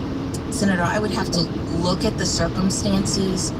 What I'm telling You know the circumstances. We discussed it for half an hour yesterday. There's a 55-page transcript, which I'm sure you've read. You lived it. As you emphasized to this committee over and over, you've lived it, right? You said that you've been through all of this. You've looked at all of the images. You're the one who's had to endure all of it. You gave him a 3-month sentence. I just wonder if you regret it or if you stand by it. I mean, do you stand by that sentence? Senator, in every case, I followed what Congress authorized me to do in looking to the best of my ability at all of the various factors that apply, that constrain judges, that give us discretion, but also tell us how to sentence. And I ruled in every case based on all of the relevant factors. So you don't regret it? No one case, Senator, can stand in for a I'm not asking that. I'm asking if you regret this sentence in this case. It sounds like the answer is no. But I want to tell you I regret it. I regret that you gave him only 3 months. Let me read to you what you said about these kinds of cases. In fact, to this defendant, you said, make no mistake, Mr. Hawkins, the children you saw in those pictures were not willing participants in the conduct that you witnessed. They were being forced to commit unspeakable acts of sexual violence for the pleasure of the person who was filming and for the gratification of sick people everywhere, people who apparently have no shred of empathy for what this must be doing to the children who are being abused in this way. You go on. Some of the children you saw in those pictures will never have a normal adult relationship. Some of them will turn to drugs and prostitution and other vices to try to deal emotionally with the pain that results from the torture that they have experienced. And even those who manage to lead a somewhat normal adult life say they live in constant fear of being recognized. Some people are even unable to leave their houses because once those pictures are on the internet, they are there forever. And the victims can't do anything without worrying that every person that they meet has seen them in their most vulnerable state at the most horrible time in their lives. That's your words, pages 34 and 35 of the transcript. Powerful words, Judge. I just don't understand why after saying this and believing this, you could give this guy 3 months in prison when the probation office that we've heard so much about recommended 18 months. Even the probation office recommended 18 months. Do you have anything to add? No, Senator. Let me ask you about your policy of not giving enhancements when there are prepubescent children, like there were in the Hawkins case, who are 8, 9, 10 years old, when there are prepubescent children involved. I'm just struggling to understand this. You said it in Hawkins. You said that you weren't going to give him an enhancement. You weren't going to make his sentence any tougher, despite the fact that we had all of these terrible videos that you and I talked about at length yesterday. This is page 38 of the transcript, just so that we're all following along. You said, in your case, I don't feel that it is appropriate necessarily to increase the penalty on the basis of reducing the computer. We talked about that. Or the number of images or prepubescent victims as the guidelines require, because these circumstances exist in many cases, if not most, and they don't signal an especially heinous or egregious child pornography offense. You said the same thing in the Cooper case just last year. This was an individual, Cooper, who was 30 years old at the time of his sentencing. He pleaded guilty to distributing child pornography. He posted between 3 and 4 dozen images of child exploitation to Tumblr, where it could be accessed publicly. The government said, and I'll quote from the transcript in that case, page 37, when his devices were found, including the computer, within the computer and on an untitled folder were many, many, many videos. The nature of these videos went well beyond mere child pornography. The government says, I don't mean to make light of the content of any child pornography, but rather to say that the content of those videos is on the more egregious or extreme spectrum of the child pornography videos that are encountered in these cases. And yet, when you sentenced him, you said, I'm quoting now from the transcript in Cooper, I'm really reluctant to get into the nature of the porn. And then later, it's very difficult to assess how different Mr. Cooper's images are than those of other similarly situated child pornography defendants, such that I, without going into looking at them, and I'm not an expert, you say. So you say, while I understand the government's arguments, Mr. Miranda, the government's arguments in that regard, I don't find them persuasive from the standpoint of characterizing In this half a mile, as an keep right at the especially fork to egregious stay on child I-40 West. pornography. Follow signs for US Help me 65 understand North, this, Judge. Fort Smith. Why is it that what's your policy disagreement with the guidelines treating images, videos, pornographic images that have small children, infants, 7, 8, 19 miles. You say this is I want to make sure that we're talking about the same thing here. This, in the Hawkins case, I don't feel that it's appropriate necessarily to increase the penalty on the basis of your use of a computer or the number of images or prepubescent victims. And you say the same thing in Cooper. Senator, 2 observations. 1, in every case Congress has required, and as the Supreme Court permits, in light of my experience, not only as a district judge, but also on the Sentencing Commission, which did a report about the operation of the guidelines. Second, you've read extensively from the government's argument in this case. You've not provided information from the probation office or the defense. And when a judge, no, excuse me, Senator, the probation office provides a recommendation. There has been information gathered about what a recommendation was given in each one of these cases. I don't have that information here, but what I'm saying is that in every case, the judge is not just hearing from the government. The judge is not just evaluating what the government says in these cases. In every criminal case, a judge has to take into account all sorts of factors, including arguments being made by the defendant, by the government, by the probation office. So I understand that in certain cases, the government may have made an argument, but there are other people in our criminal justice system who make arguments, and the court evaluates everything as Congress has directed. And no one case can stand in for my entire record of how I deal with criminal cases, or did when I was a district judge. I have law enforcement in my family. I am a mother who has daughters who took these cases home with me at night because they are so graphic in terms of the kinds of images that you are describing. They give you not only the actual videos, which you can ask to see, but they describe in the briefs in detail what these videos show. So I am fully aware of the seriousness of this offense and also my obligation to take into account all of the various aspects of the crime as Congress has required me to do, and I made a determination seriously in each case. What I'm trying to understand is, why is it that you say multiple times that just because there are prepubescent victims, Cooper and Hawkins, that does not signal that this is a heinous or egregious child pornography offense, and you're not going to apply any sentencing enhancements that the government's asking you for.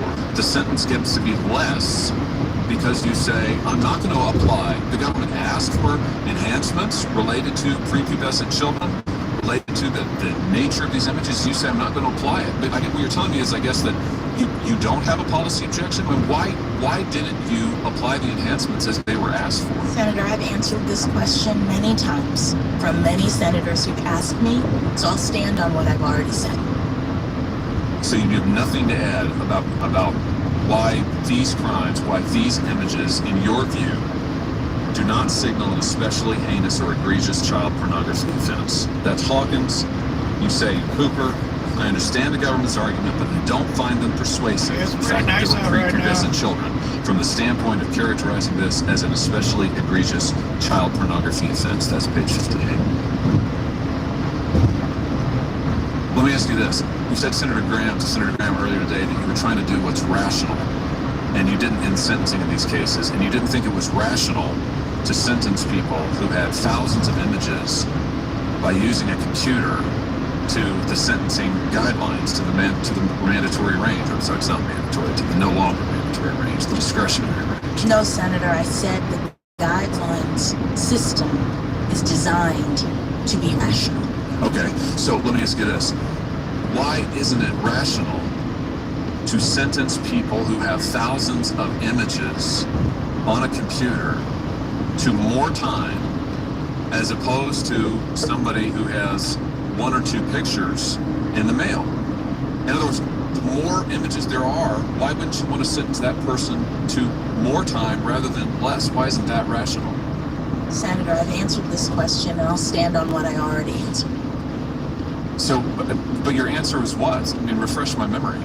Senator, I've answered this question. I've explained how the guidelines work, and I'll stand on my answer. So the guidelines are not mandatory. I wish they were, but they're not. The Supreme Court made that determination. I'm trying to understand why you think it's rational not to sentence criminals based on the number of images they have. You say that this is a policy disagreement that you have with the guidelines. This gets to the core of your judicial philosophy. You served on the Sentencing Commission, where you recommended changes to the guidelines based in part on this policy disagreement.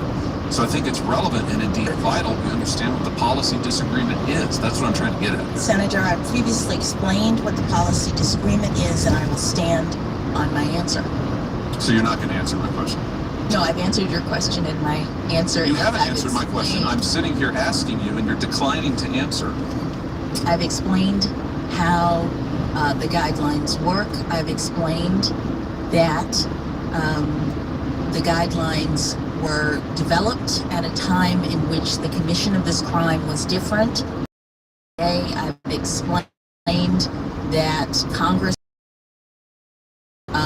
revise or direct the commission around how to deal with the changes in the commission of this crime, and so judges all over the country are grappling with how to apply this guideline under these circumstances, and there's an extreme amount of disparity, and in each case a judge has to look at all of the factors, not just the guidelines, not just what the government asks for, but the recommendations of the probation office, the arguments of the government and the defense, the nature and circumstances of the offense, the history and characteristics of the defendant, the need for the sentence imposed to promote the purposes of punishment, which include things like rehabilitation. Also, in every case, Congress has authorized judges to impose not only terms of imprisonment, which are a very important part of the consequences for these crimes, but a range of other preventative kinds of measures which courts impose in cases to prevent these defendants from repeating these egregious, this type of egregious conduct. And I talked to each defendant, as you have quoted, explaining to them the harms that their crimes caused, and I imposed not only a term of imprisonment, but also all of the other consequences of the offense, to include decades of supervision, restrictions on use of a computer, and the like. That's my answer. I've answered it many times. Other questions for me? Yeah, I do.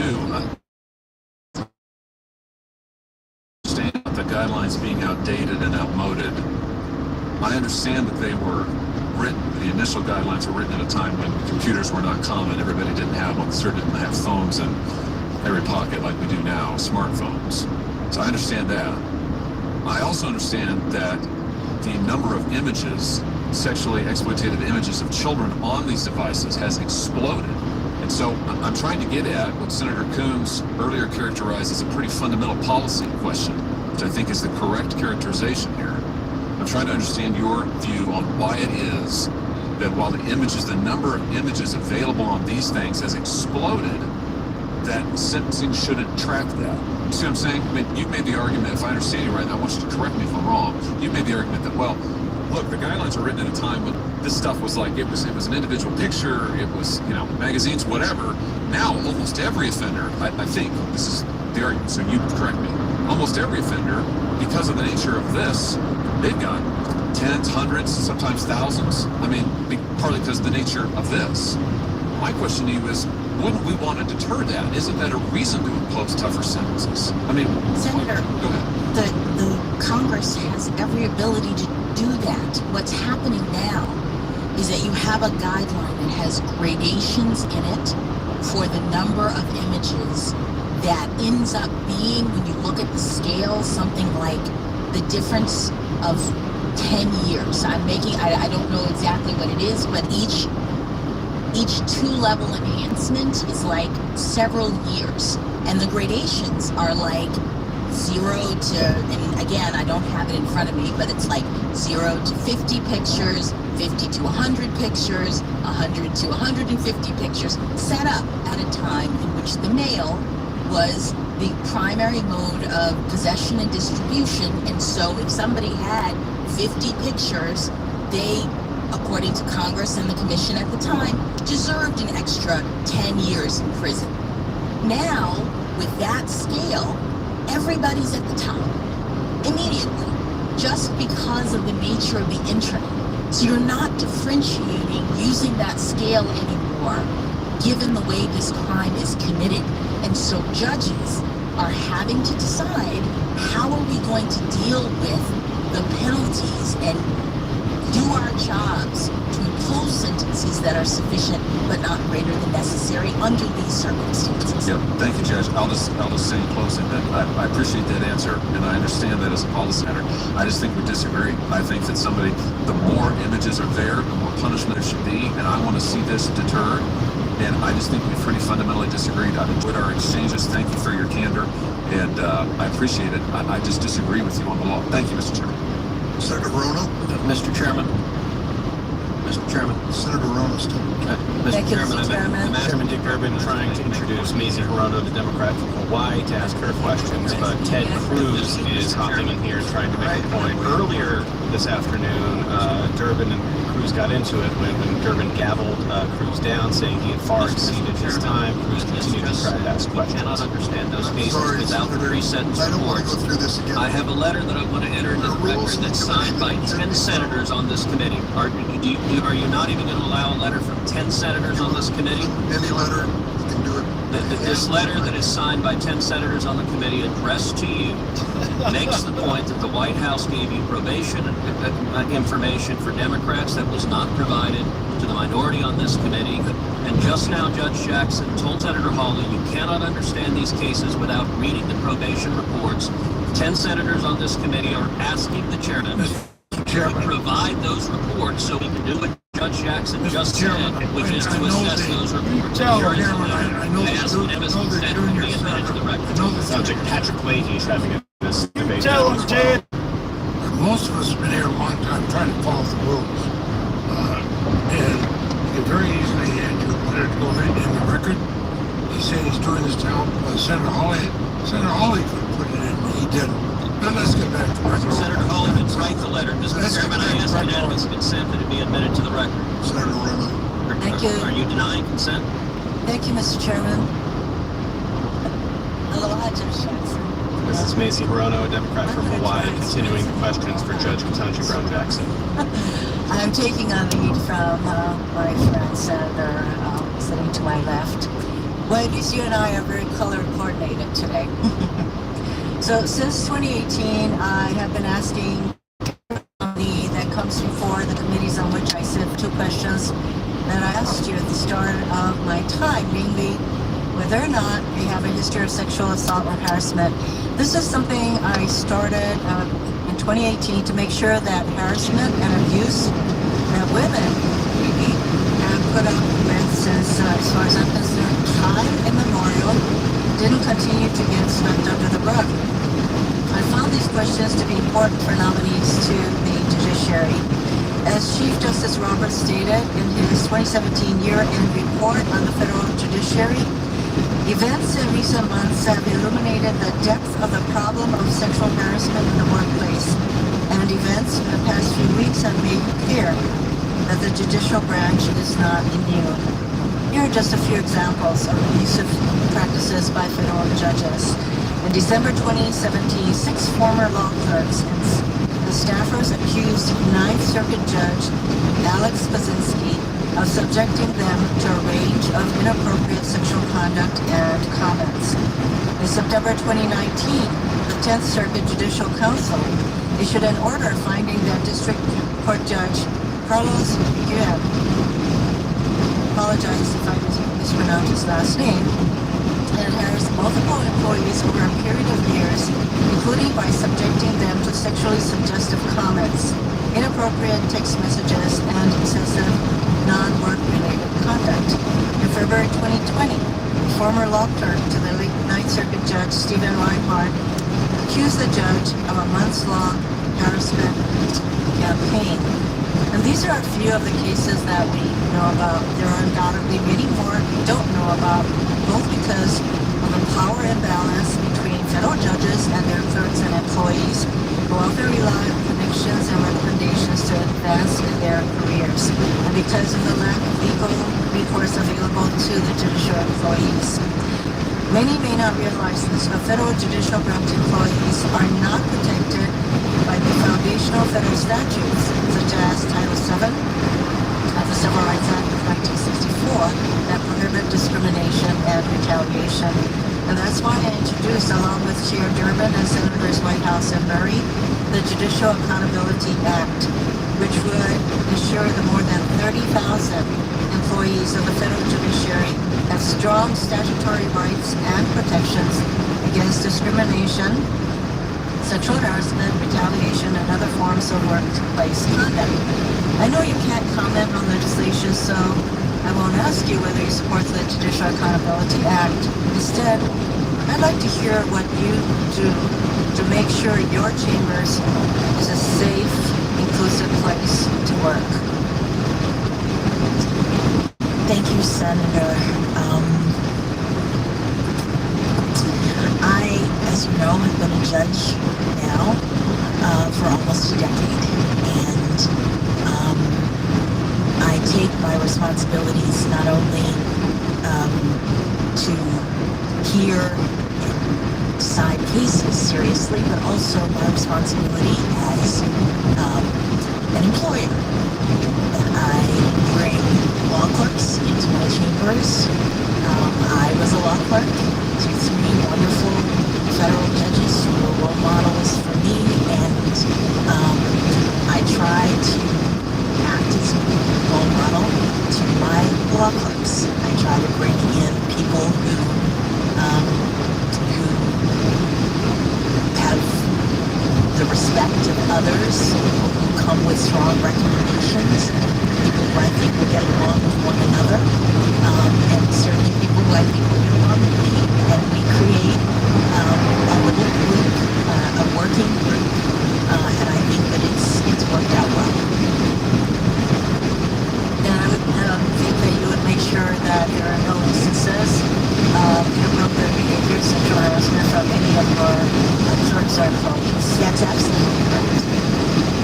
During our courtesy meeting, I enjoyed learning more about your background and family. And of the 9 sitting justices of the Supreme Court, only 3 justices of the Alito are educated, were educated in our public school system. And you would, as far as I'm concerned, make a welcome addition to the court from that standpoint as a public school graduate myself. Public high schools educate people from all backgrounds, and most people go to public schools. Most people don't know what they to go to private schools. So your classmates probably came from different racial and ethnic backgrounds, incomes, social statuses, academic abilities, athletic abilities, among others. How, if at all, has your public school experience shaped the person you are and your approach to the law?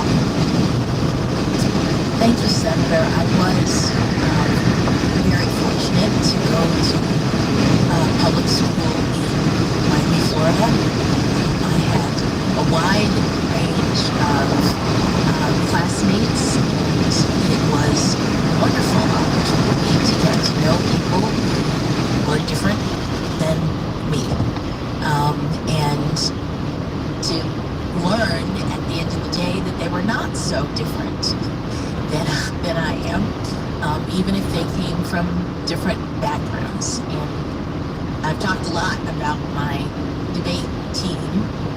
That was one of the activities that I engaged in and spent a lot of time with my colleagues on the debate team and with my wonderful coach. And you learn how to support each other, how to speak across difference, how to communicate with different kinds of people. And it was a wonderful experience, and as I've mentioned, it's in many ways different than the generation before, who in Florida were segregated by law. So I take it that not only did you have, I would say, a broad experience of encountering people from all different walks of life and backgrounds, but that there was still commonality that you had. Very much so. And that is very much exemplified in your approach to your work. I also talked with you about the importance of the creative part of our lives, because I think lawyers tend to be very left-brained, and I know that you are a very well-rounded person. And so I asked you, what do you do to pay attention to the creative side of your life? Thank you for the question. I took up not too long ago, but as they say, my mother is an expert crochet artist. She makes beautiful pieces of all kinds, and I always wanted to do that. I always wanted to, and she tried to teach me when I was younger. It didn't quite turn out.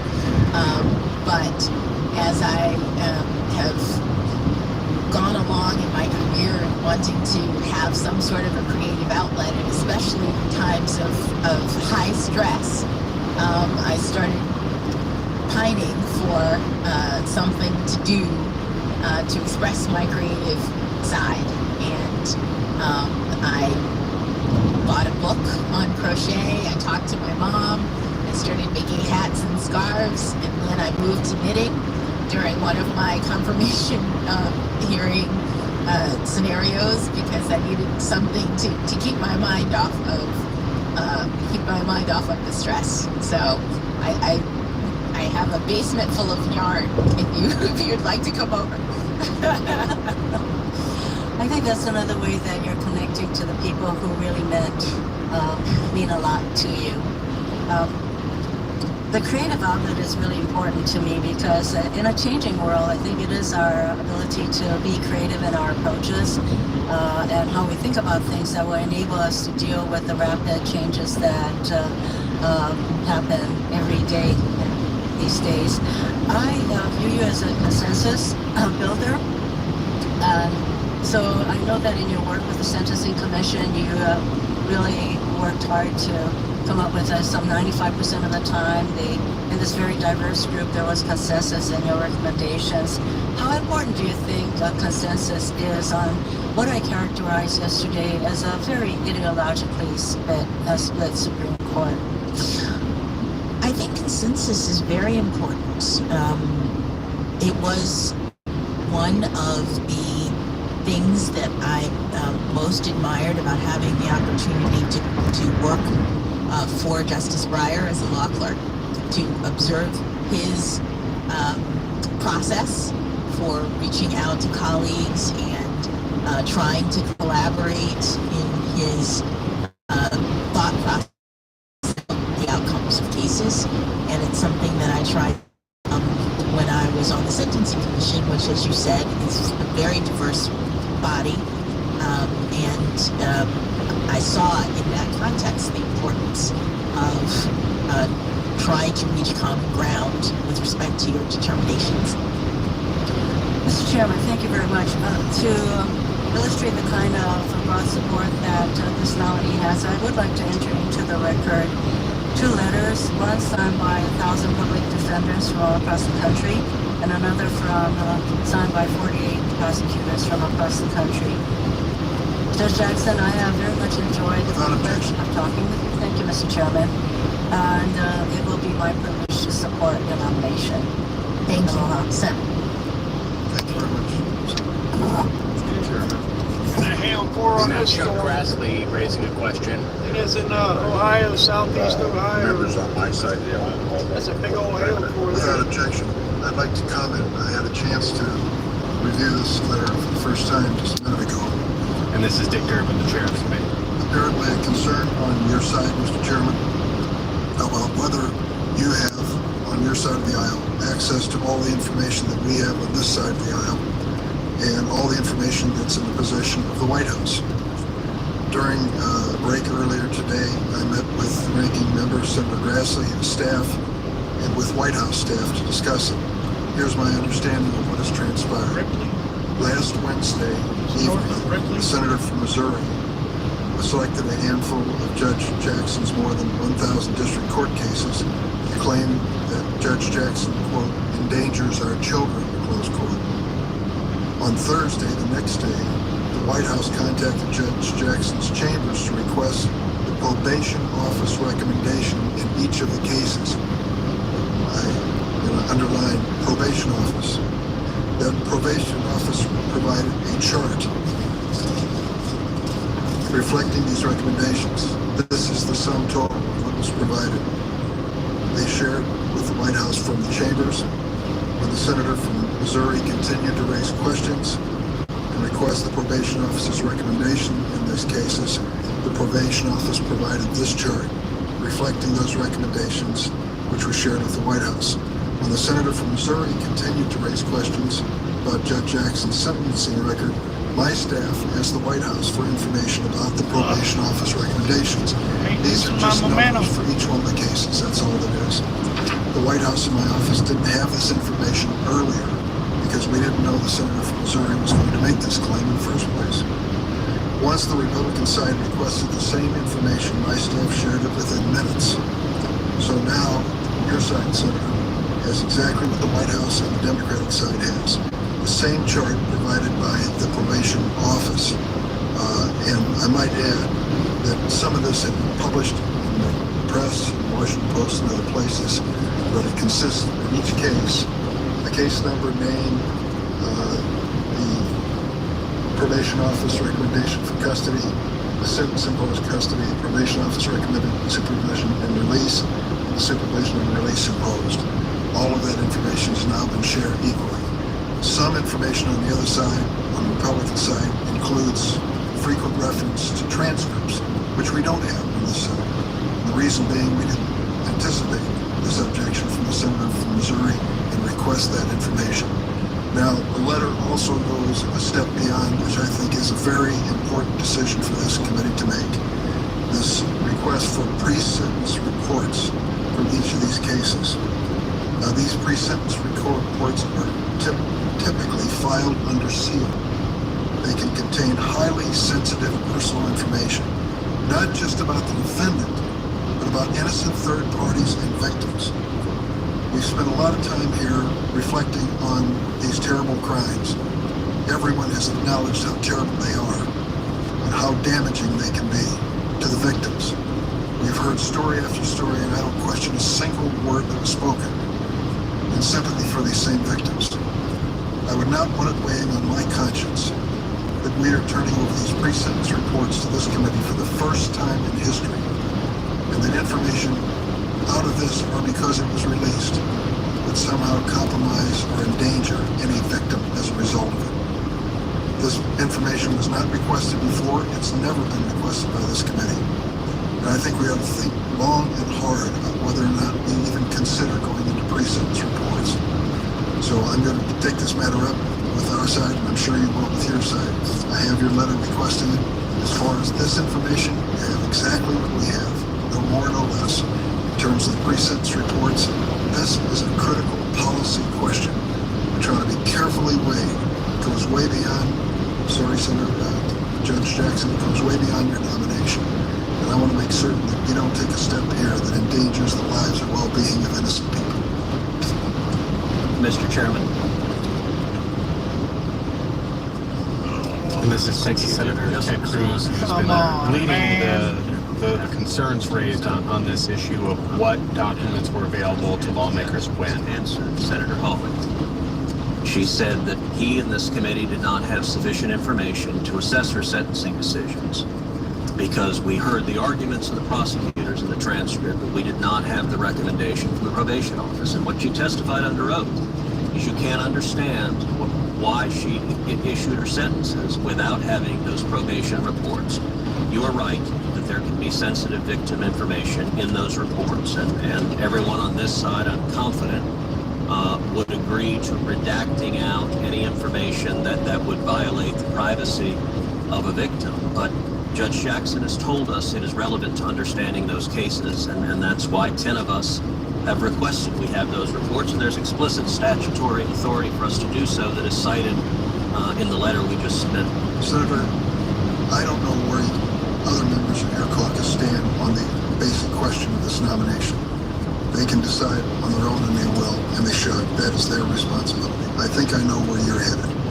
And I would just suggest that we ought to think long and hard, my friends, about members of the Judiciary Committee endangering the lives of innocent people to pursue this line of questioning. We spent 2 days, 15, 16, 17, 18 hours, and a large part of it on this issue. I don't believe these pre-sentencing reports are going to change anyone's disposition if they're going to vote on this issue. And I do not want it weighing on my conscience that I gave the green light to release this information so that it might endanger the lives of innocent victims. I'm sorry. That's a bridge too far for me. I think the issue before us in sentencing, you each had a chance to hear plenty of testimony. And I believe this should be taken up with the individual caucuses on both sides if you wish. But that to me it's gone way too far. Way too far. I don't want it on my conscience. Mr. Chairman, if I might, when I agree with you, I prosecuted. For some context here, the conversation is about sharing with committee probation report that Judge Jackson would have reviewed before issuing sentences in a handful of child pornography cases that Republicans have focused on over the course of these hearings. Pre-sentence reports. This is Patrick Leahy right now speaking. Earlier we heard from Ted Cruz and Dick Durbin, the chair of the committee. Sometimes reflecting somebody who are putting their lives on the line to even give a report. Neither the defense counsel or I as a prosecutor never thought those would be made public. And we assumed that the judges, we had judges across the political stripe to read them, kept the confidence of them. As a result, we knew that the reports were thorough. Any judge has the final. But as a prosecutor, I might have a recommendation, but I never question a judge who might give a different sentence, because my responsibility as prosecutor, theirs was the sentence. Certainly. I want to just weigh in here. I totally understand. This is Mike Lee, Republican from Toronto. To the confidential nature of pre-sentence reports. As a prosecutor and as a law clerk, I reviewed those with some regularity, and I understand the sensitivity of them. Let me suggest a couple of things. First of all, it's not unusual for us as a committee and as members of the United States Senate to review materials that would be inappropriate for public release. I don't think one of us is suggesting that. There are means by which we can review things in a classified environment and treat them as classified. We've done that with significant success in this hearing. Secondly, to the extent that would provide the level of comfort necessary, we'd also be happy to review them on a redacted basis. These are things that have become relevant in our conversations. We want to make sure that we have the facts, but not one of us wants to endanger anyone or to render public information that is sensitive in nature. There are abundant ways around that. I would suggest that the information contained in these reports is dangerous to the victims, to the innocent people who are mentioned in these reports, and unnecessary at this point. It's never been requested by this committee, and it's merely a fishing expedition in dangerous territory. Classified settings, redacted versions of the reports. This has never happened in the history of this committee. And I would say, Senator, I would just tell you, I am not going to be party to turning over this information and endangering the life of an innocent person for a political quest to find more information. We have exhausted this topic. We've gone to it over and over again. And I think that this is a bridge too far for this committee. That's my personal feeling. I take it that Senator Leahy may agree with me in that regard. This nominee has been before this. I don't believe that this information is going to change anyone's vote. You can decide in your caucus what you want to do to go forward. I've told you my position. I want to proceed if I can. I thank the nominee for waiting for this colloquy, and I turn it over. Supreme Court confirmation hearings. This is live special coverage from NPR News. And this is 89.1 KUAR, Little Rock. Senator Tom Cotton of Arkansas, questioning the nominee. 30-year sentences for at least one offender, almost 30 years, 29.5. I've given, I believe, a 12-year sentence for someone at the agreement of all of the parties, which was a sentence that was a part of his plea agreement. I'm not remembering the others. I understand you've sentenced in a lot of cases. I want to return briefly to the Hawkins case.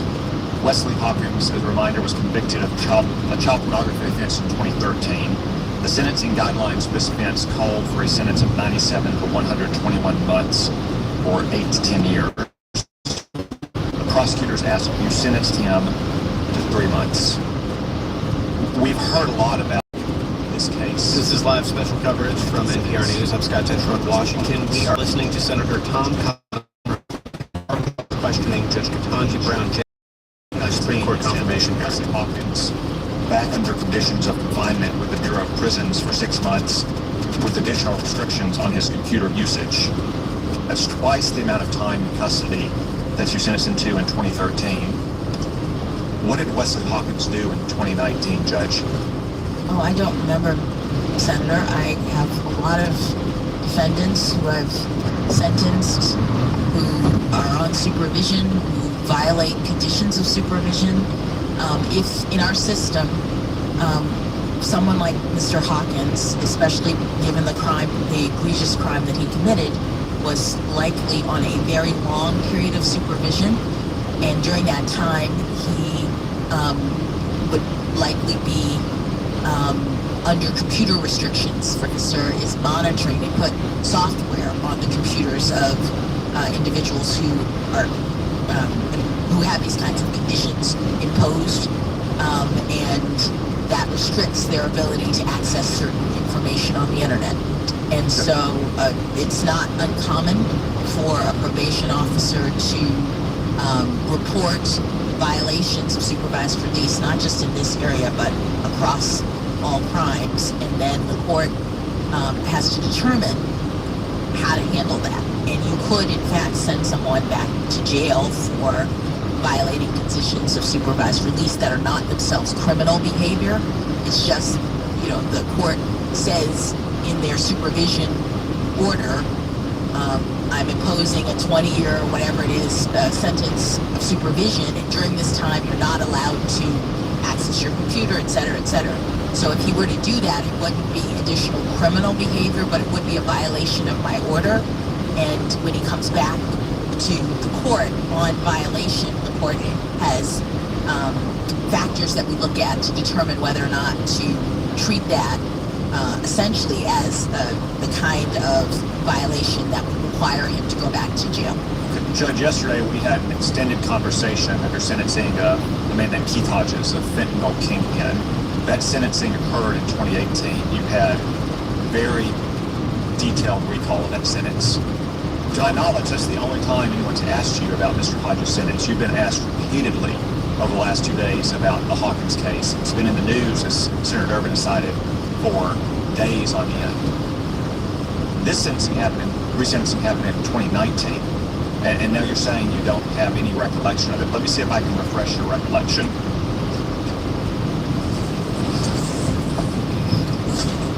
This is the order you signed, Judge, on April 17th, 2019, in USA v. Hawkins.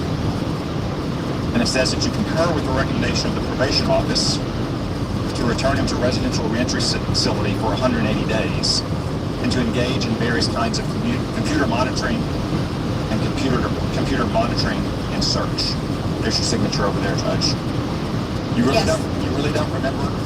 Senator, that is a very, very common thing that judges do. I've sentenced over 100 people, and supervised release, which is the kind of post-incarceration condition that judges ordinarily impose, is something that's done on a standard form, which is what that is. I understand you've done a lot of judges, but none of them have been the centerpiece of your hearing for the last 2 days. Do you really expect this to be complete because you don't remember what happened in this Hawkins case when I came in before you?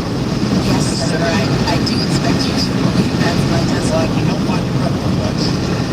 It's been in the news for days. I've never decided to be in the news for days. You've been asked about it probably more than any other case you've ever had. And I just don't find it credible that you weren't prepared for that matter in 2019. You know, I think he got child pornography again and wouldn't have if he had been in prison the 8 to 10 years the guidelines called for in 2013 for sentencing. Let's turn though to your work for detainees at Guantanamo Bay. First off, let me just ask, do you think most detainees at Guantanamo Bay were mostly terrorists or mostly, I don't know, innocent goat farmers?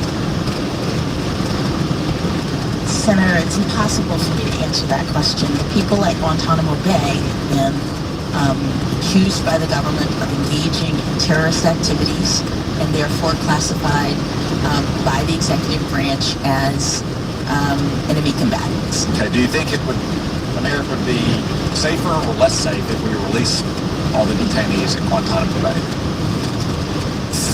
Senator,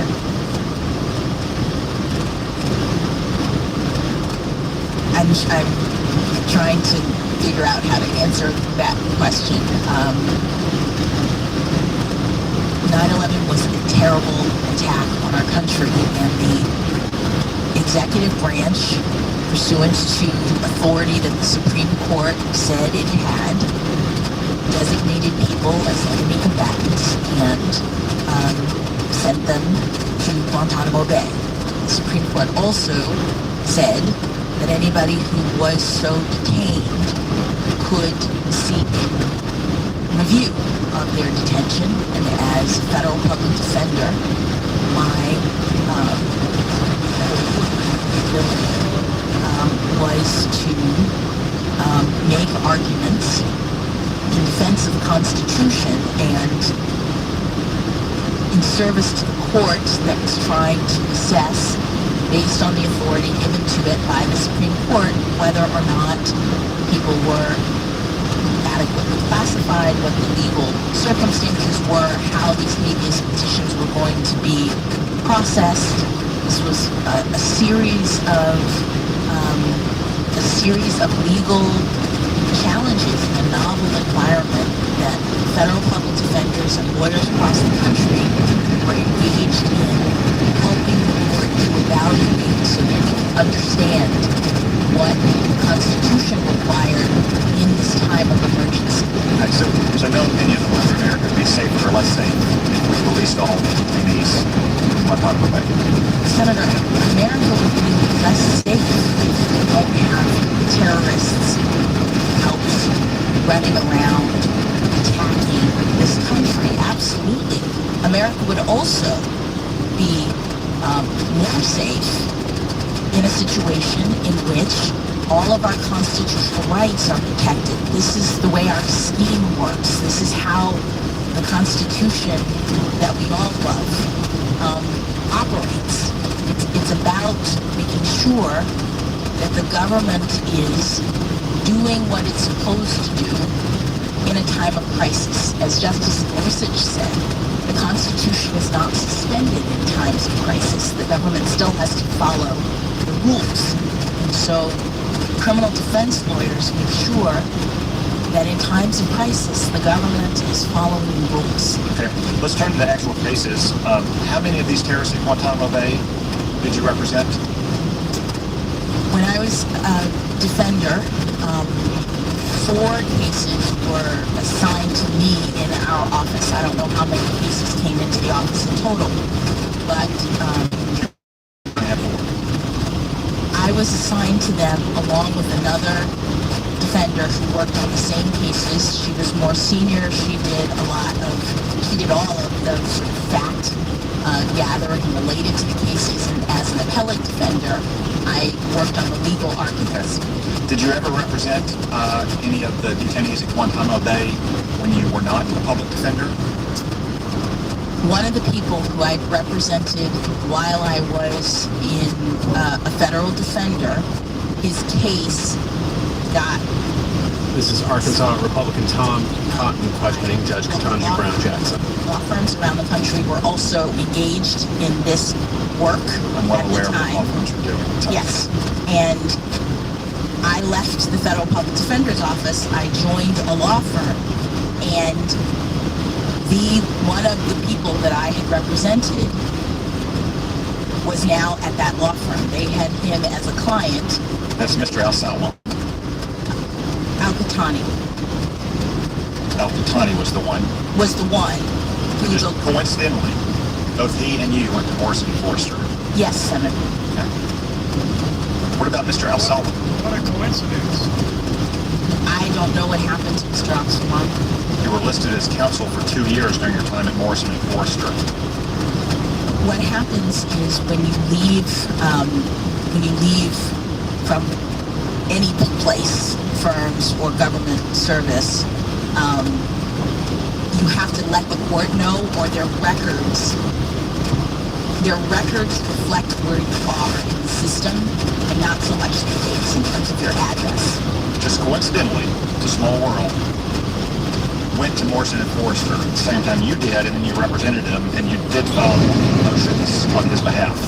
So I don't know if it was at the same time. I'm not sure. But you did file multiple motions for him. 2008, 2009. I don't recall whether it was multiple, but he was still at the habeas stage of the process. And I don't know when he came, because the partners who picked up the case were in Los Angeles. I was in Washington, D.C. They contacted me to say, oh, you see on the docket that you had previously represented him, and now you're... You and your representation of any other client you had in the public defender's office? I didn't continue my representation of any client.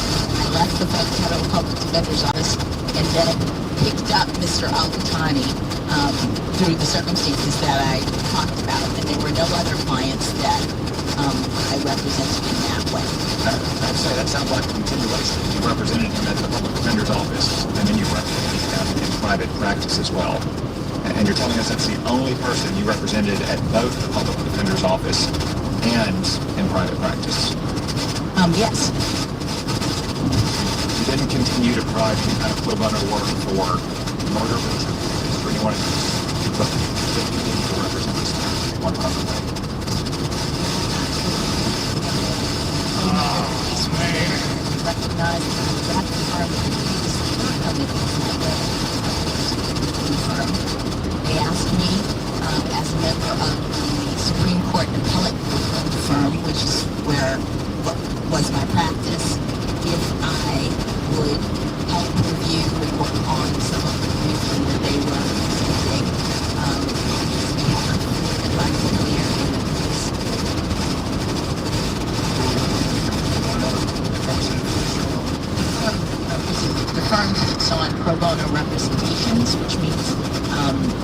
person is in pain, and Let's turn to your amicus briefs. You had two briefs in the Guantanamo cases, one for a think tank, one to have a group form of prejudice. As anyone who's done amicus work knows, sometimes the client becomes a lawyer, sometimes the lawyer becomes the client. For either of those amicus briefs, were you involved in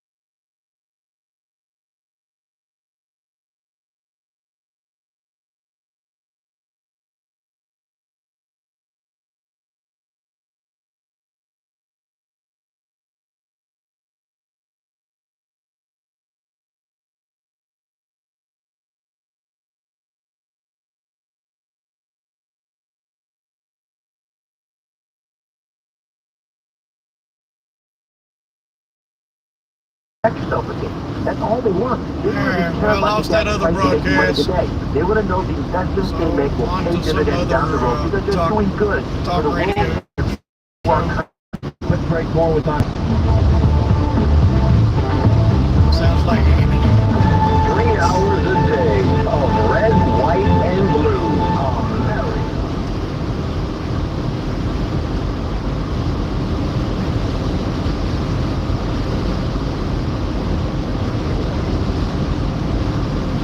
Stop for gas here soon.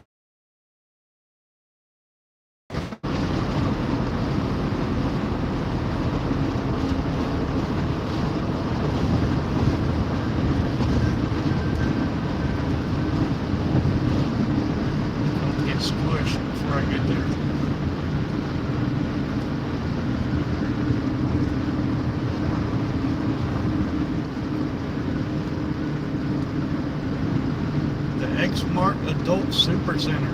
Woohoo!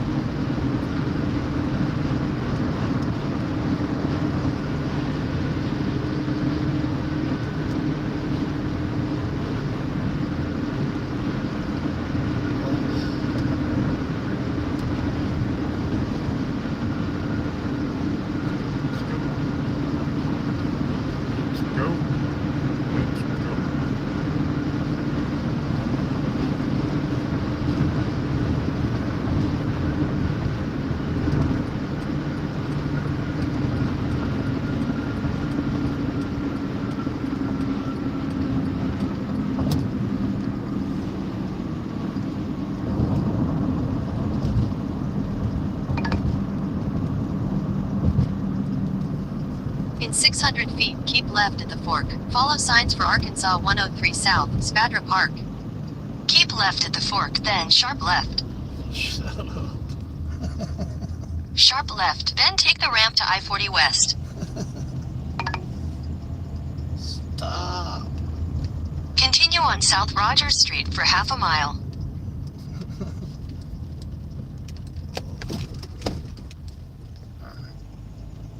Time to shut you down.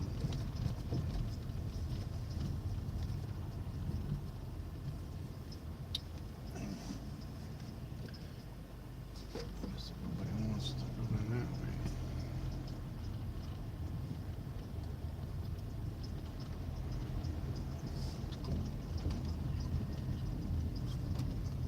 Don't even think about it.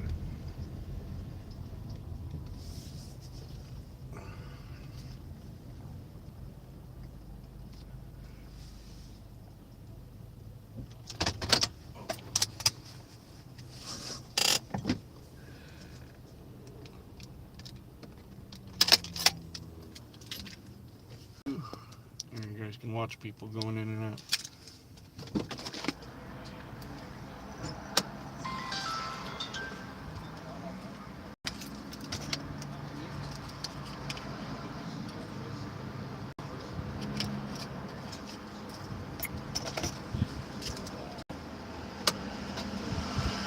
Ooh, that's chilly. A little chilly breeze.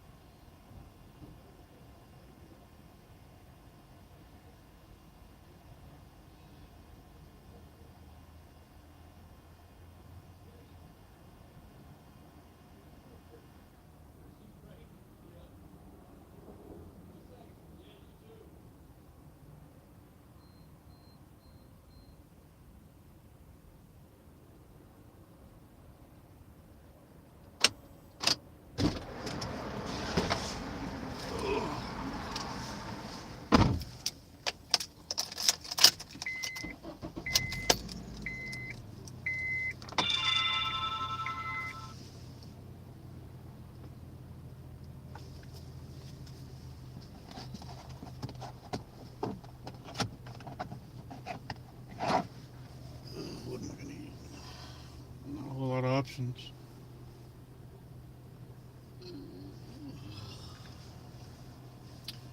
Alright, I'll do it. I'll do it. Not my favorite place, but I'll do it.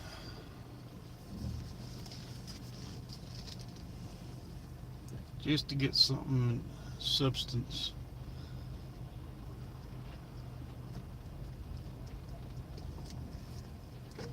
Probably easier to go out this way.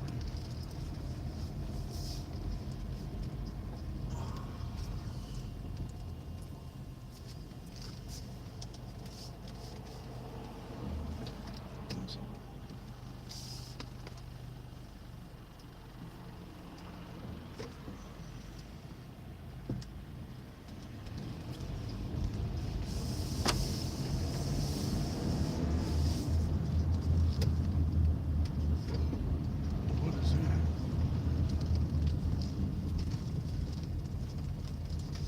There's a road. I'm glad I didn't turn there. That's a weird road there.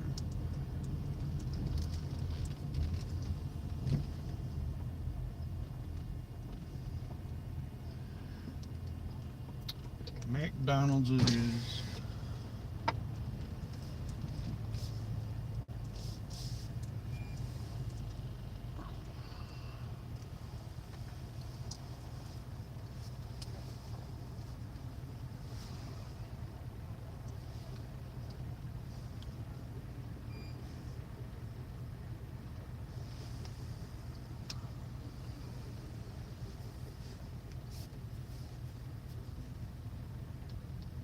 But I get the treatment that he recommends because he recommends the same. Yes, and luckily the clinic was right here in Bakersfield. Thank God. Went down there the next day and it was handled. Yeah, then you stay there for what, 2-3 hours, and then they monitor you an hour and you're done. Yep. And you know, it just works. Again, but I'm telling you as the doctor, I hope everyone in this audience hears me. I'm not repeating myself because I want to hear myself talk. I'm repeating myself because I know we have new listeners every single second of every show. And some people have never heard me say this before. So the repetition is by design, not because Let's see what's going on the scanner. Locally. Probably nothing.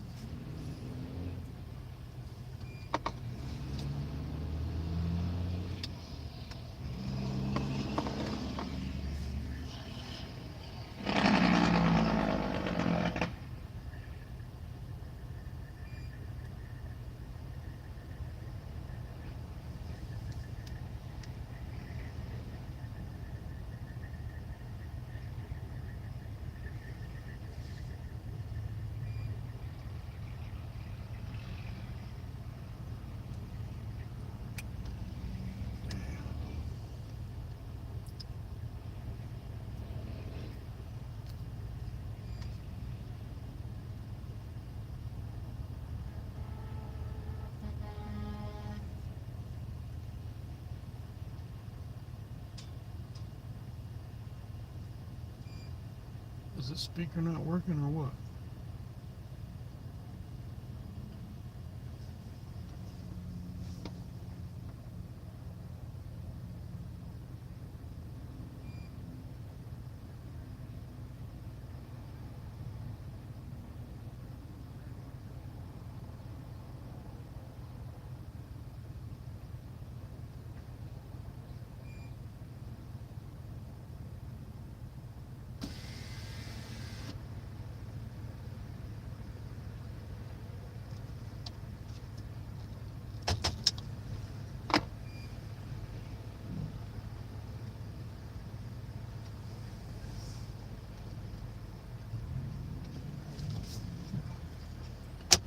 I don't even know if this is working or not.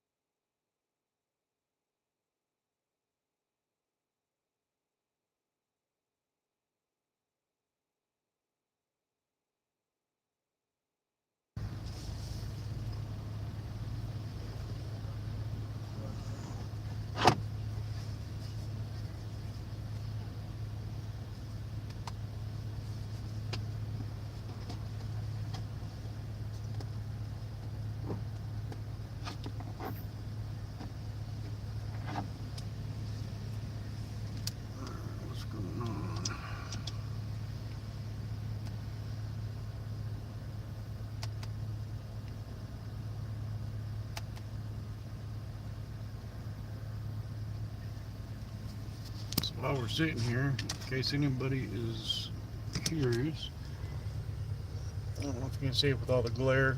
The tornado watch boxes, they're in eastern Ohio, on down into parts of eastern Kentucky, western Pennsylvania, and West Virginia. I don't know if there's been any tornadoes on the ground, but there's been several tornado warnings throughout the day as I've been driving. Good. I think there's another box too down south. Chevrolet Cruze Silver. Okay. And just a small area in parts of southeast Georgia, and then the Jacksonville area down in Florida. 522 DA 310522. Down there around Jacksonville and just north. Still under tornado watch.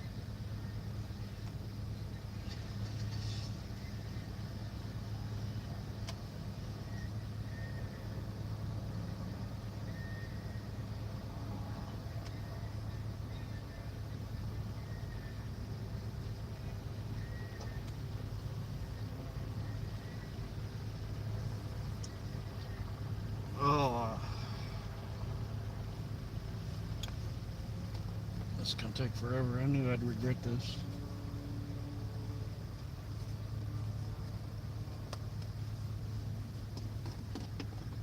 Especially this time of the day. It's all right. It's all right.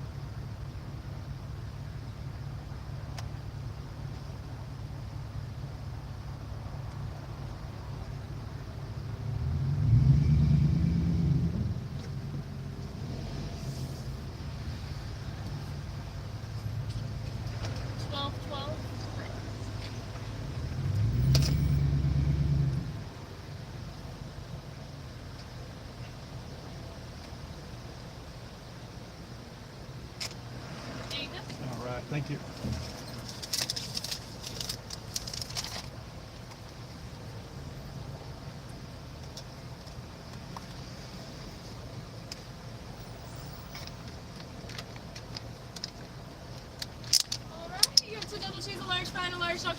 Yep. All right, you have a nice day. too. Nice setup, man. Thank you. Thank you.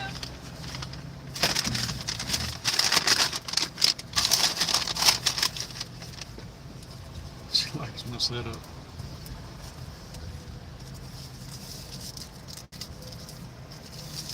But I get that a lot. It's nothing special, but more than the average person, I guess. All these things, cameras, laptop.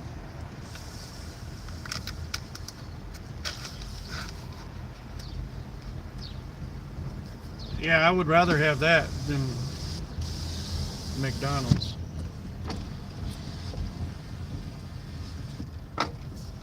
But when you're on the road, oh, west. Damn, west is that way. Are you kidding? Now I gotta do this. I hate it when they do that.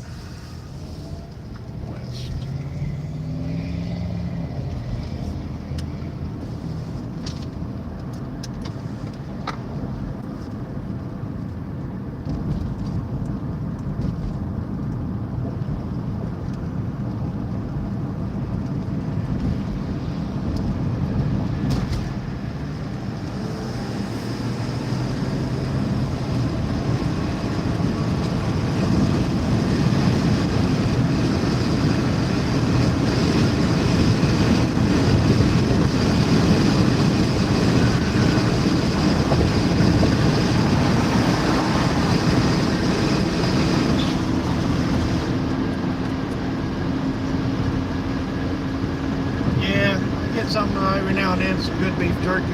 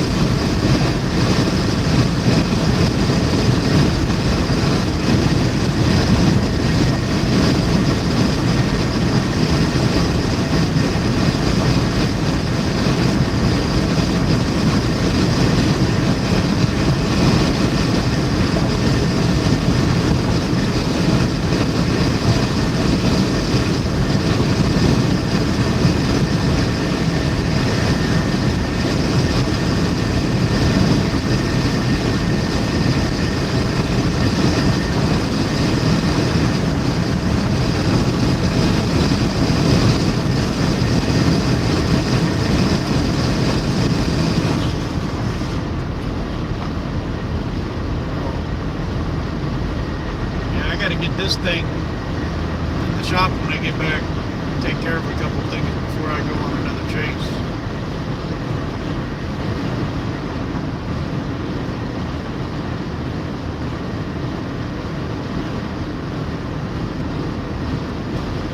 I think my water pump is on its way out. It's making noise.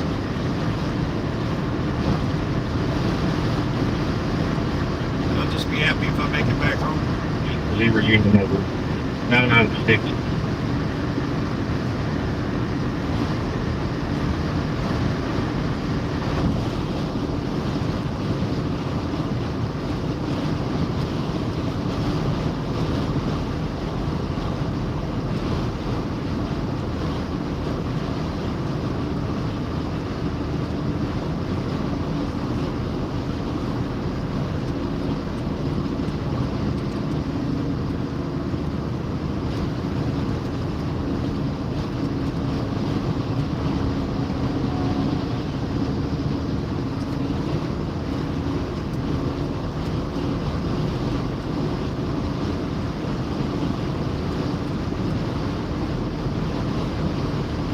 About where you're at.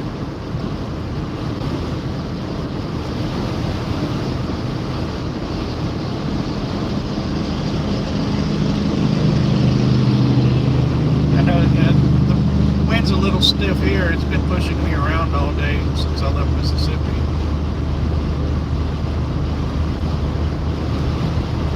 Get some stronger gusts that push you around.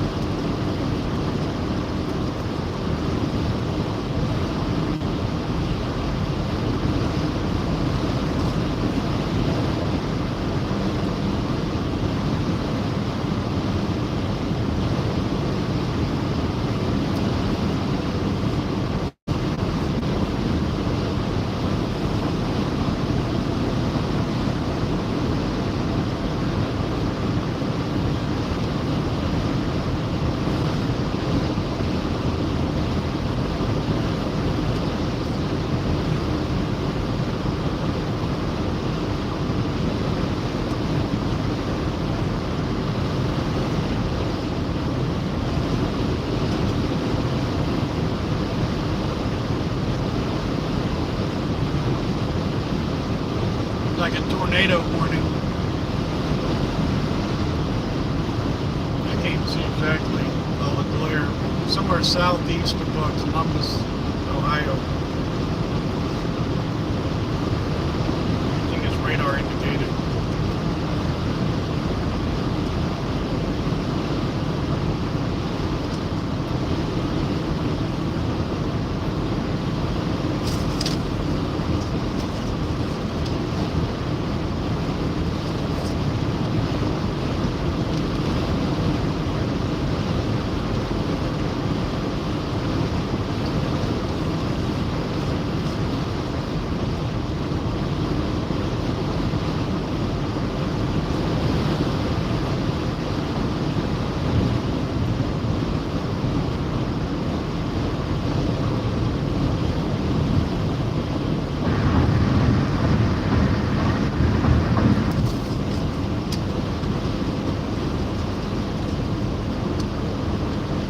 Yeah, the 12.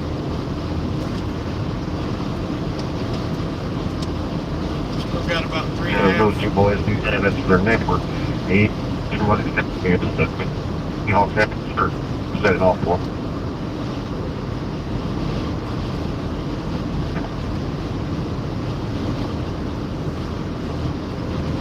Yeah, it's just and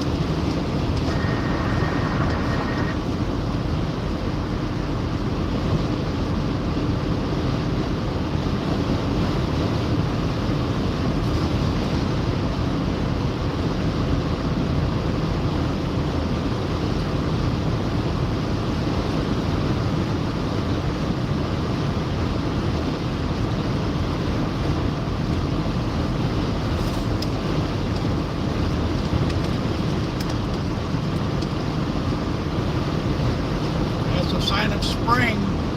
Starting to see some of the green come back.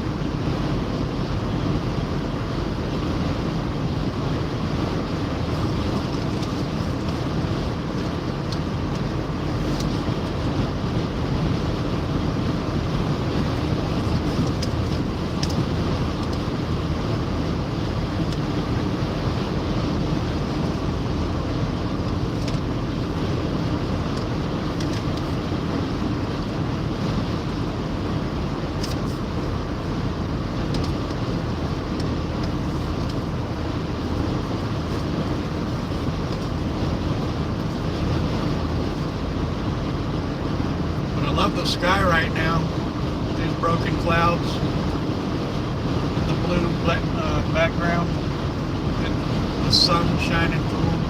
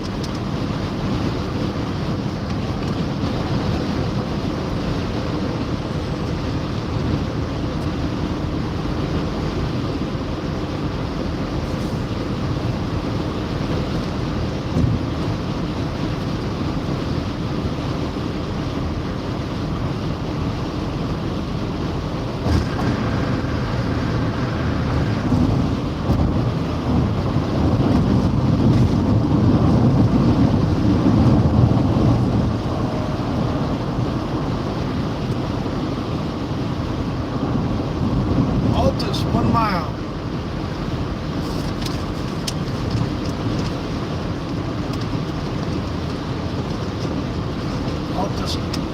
Altus, Arkansas, that is.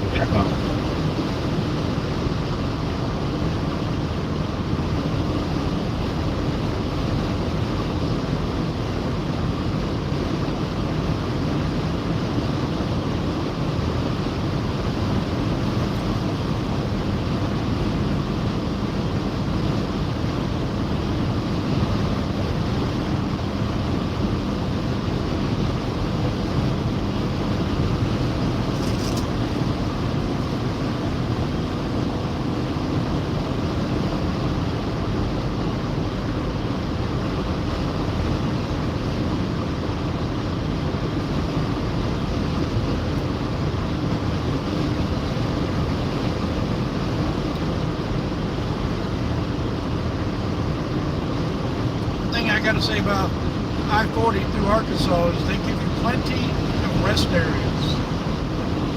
Plenty.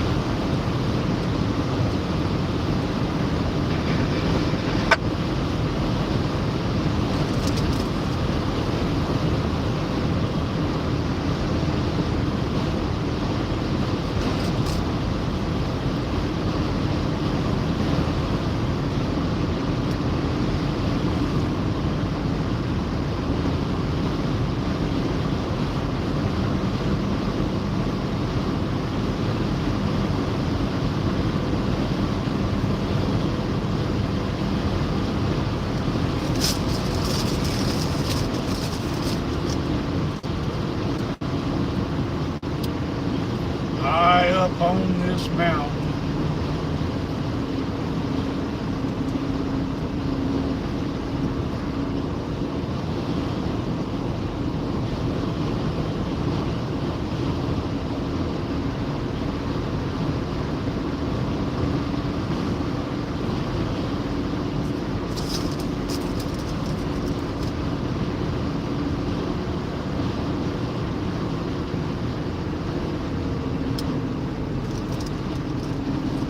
Why are we slowing down? Oh, shit.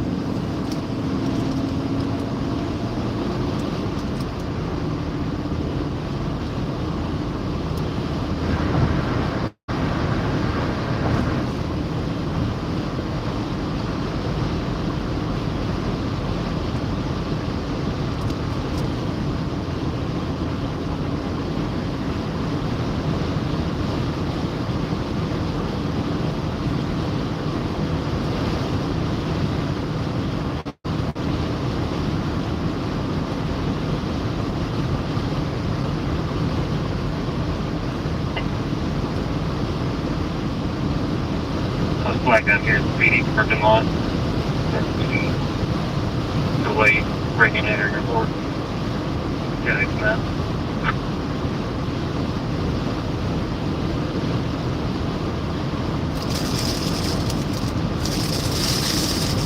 Definitely.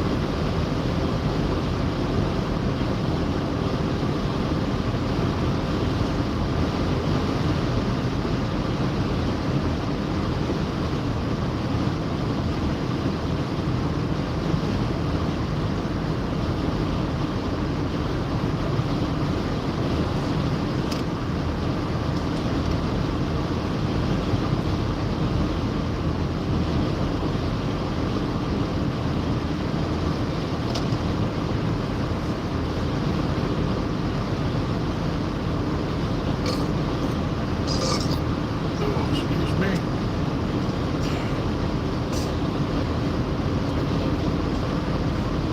That was a Dr. Pepper burp.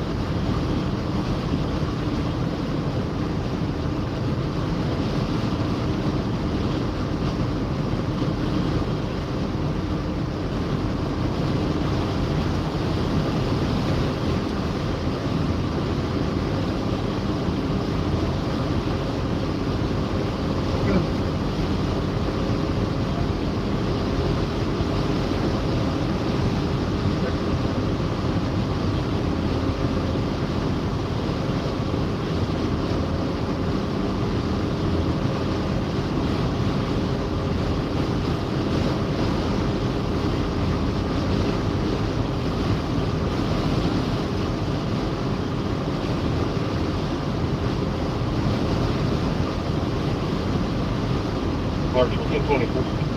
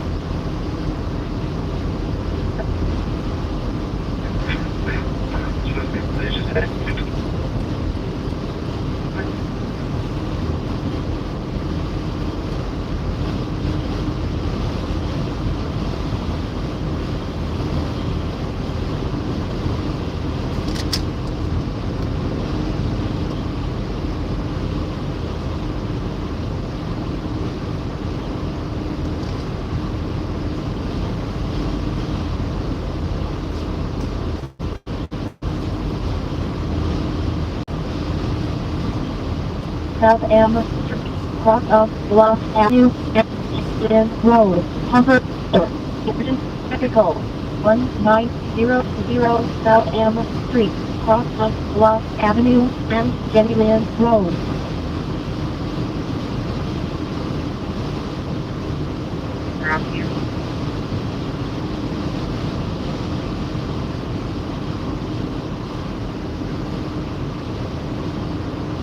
Just think one day those computerized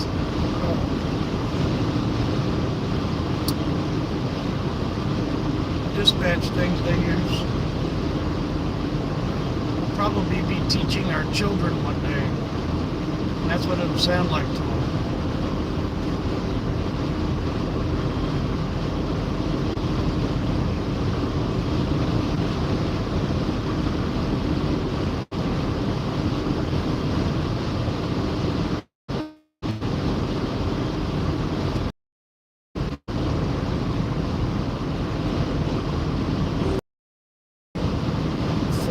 West, Oklahoma City. Yeehaw!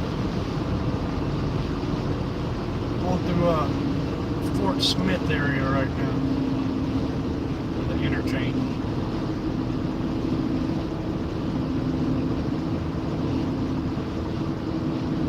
Arkansas is a longer state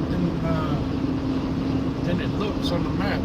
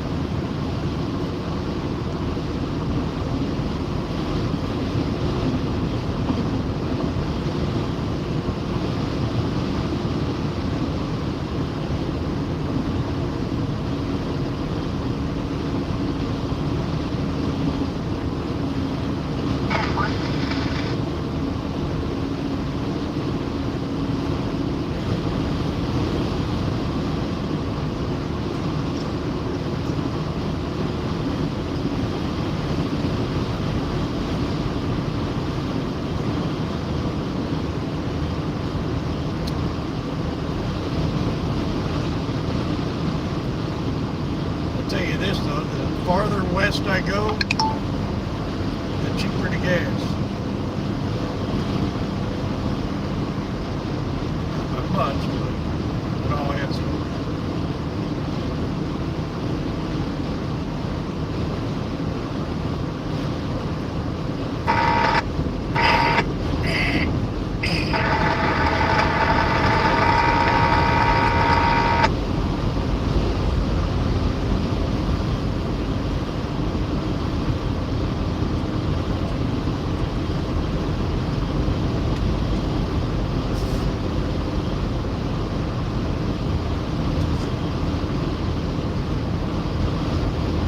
Welcome to Oklahoma.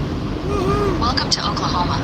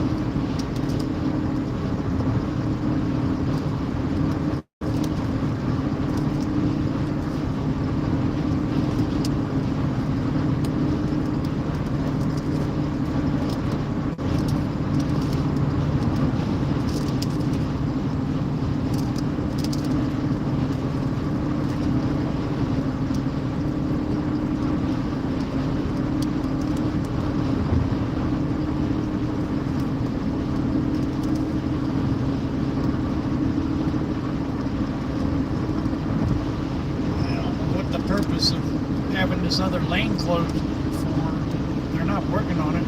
It's already done. And this part is.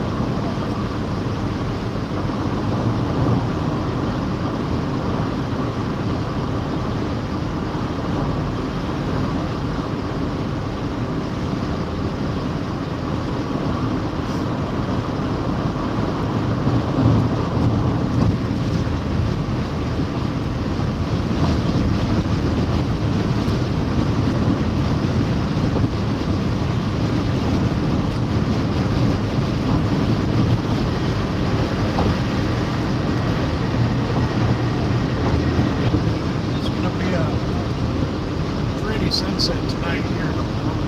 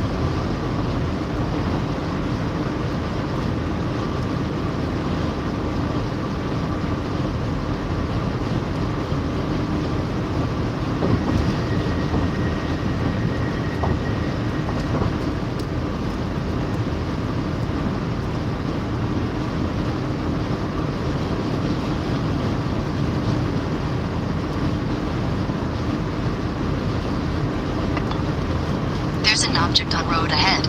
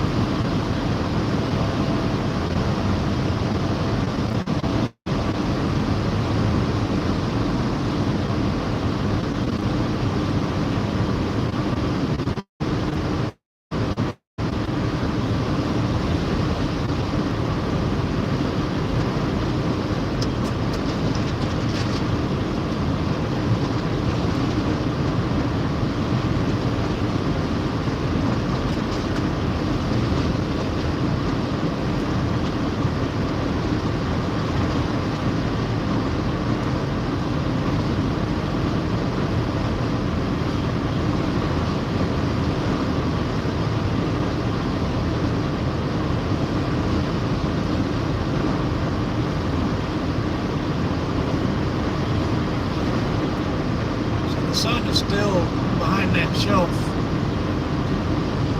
It should drop down. Drop out of that shelf here soon.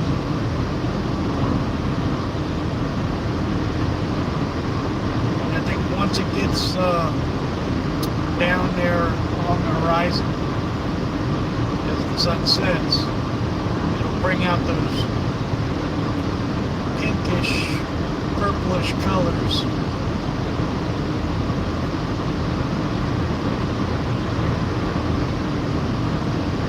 Makes for a great sunset.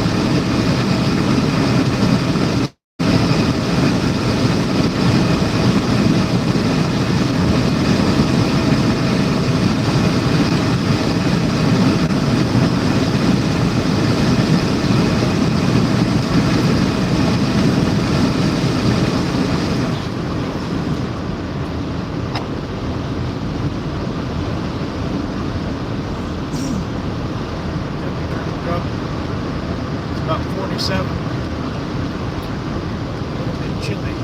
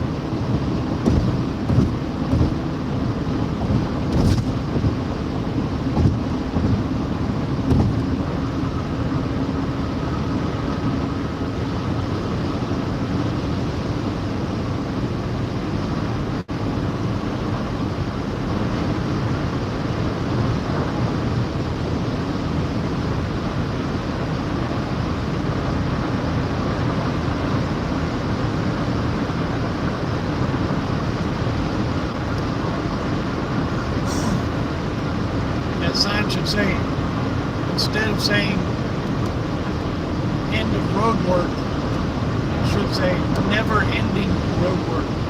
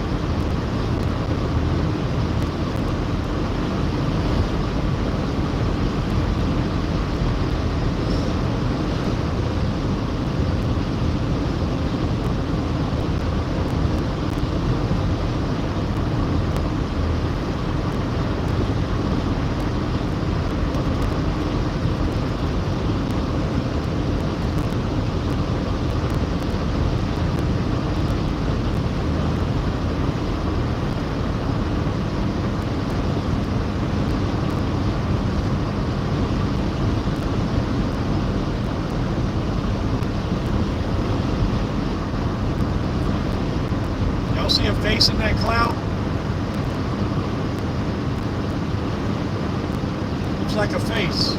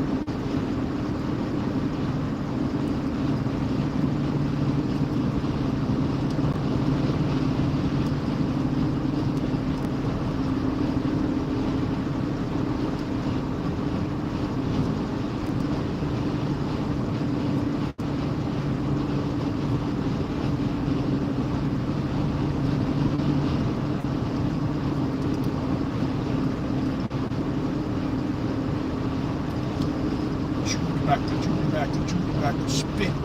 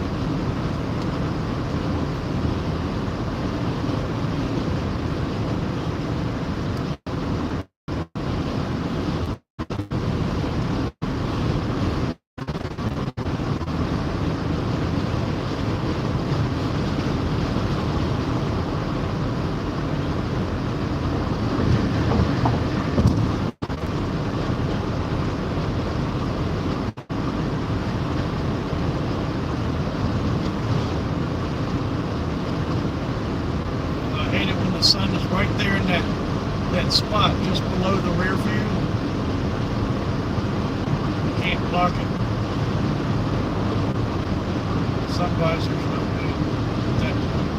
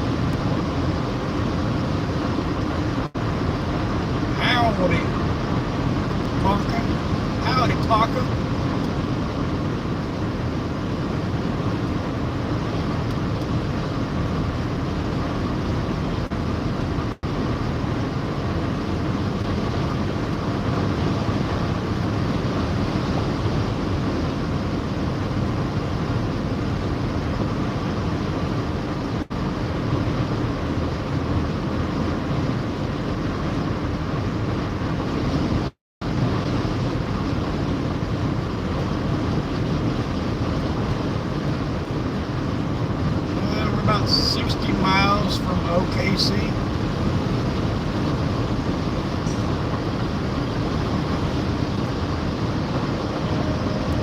Not too much longer.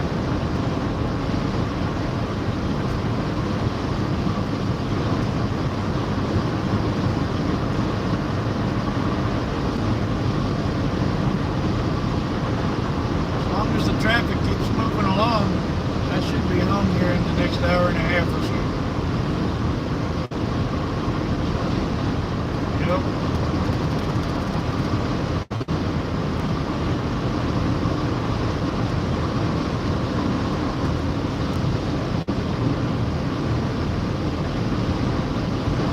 Yeah, buddy.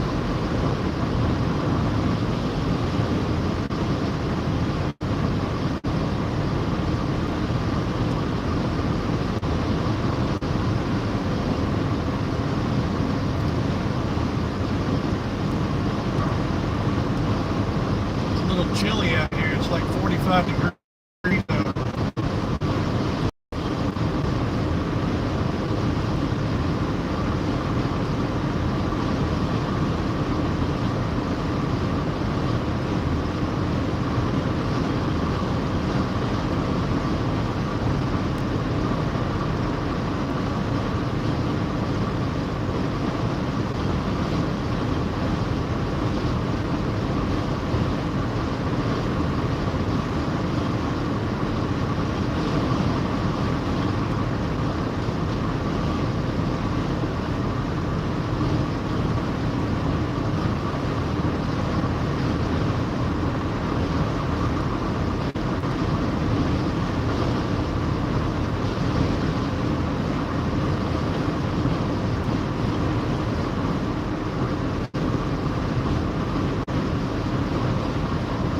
A zero. Big fat nothing.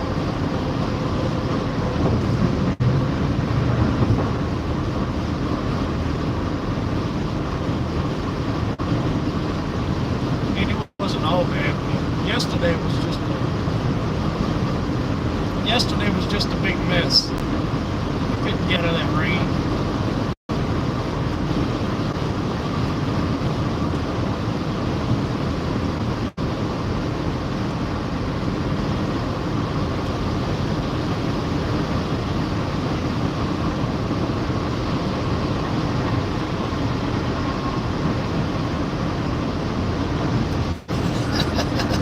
So did everybody else.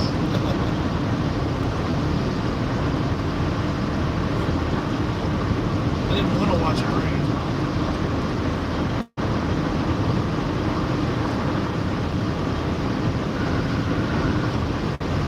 I mean, Monday down in Texas wasn't too bad. I mean, I didn't catch a twist or anything, but we got some eyes on a few good storms down there. We missed that one down in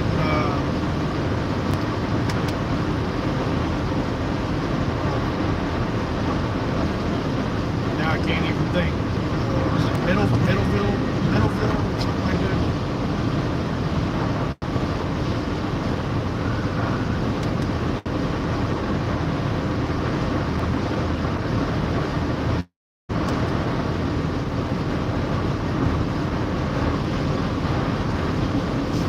We missed it by a few minutes.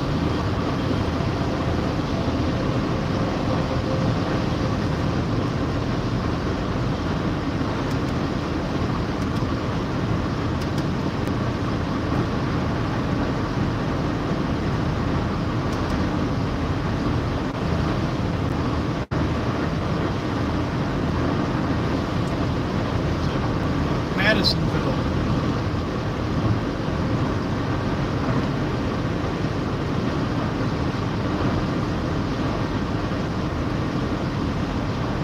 Tornado that went through Madisonville. We missed that thing probably by just a few minutes, probably 5 minutes.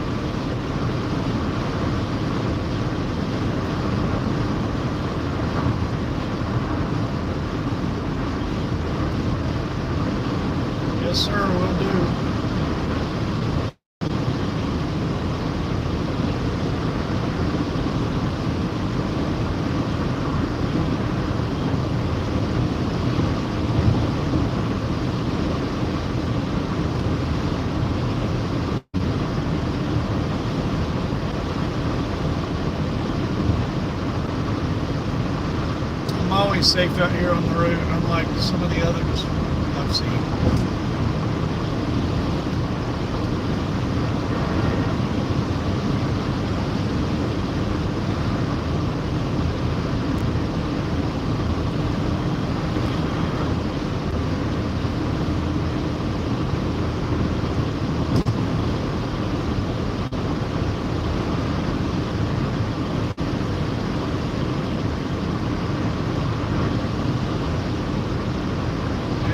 See that with the sun going down, you can see the sky starting to turn a little pink.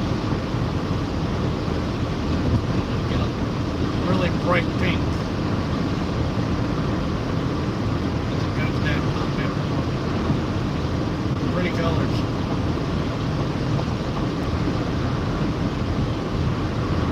Oh, I don't speed.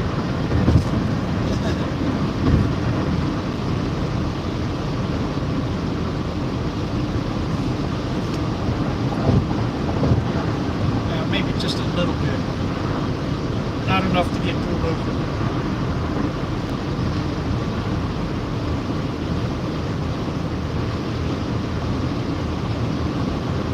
You never go more than about 5 miles an hour over the speed limit unless I'm running from a tornado.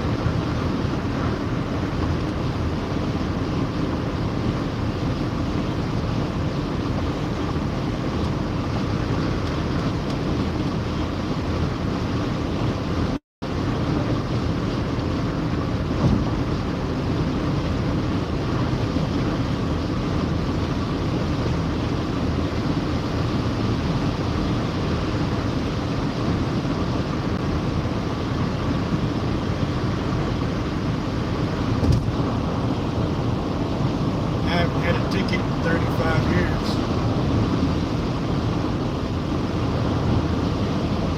The tickets I ever got was when I was a dumb teenager.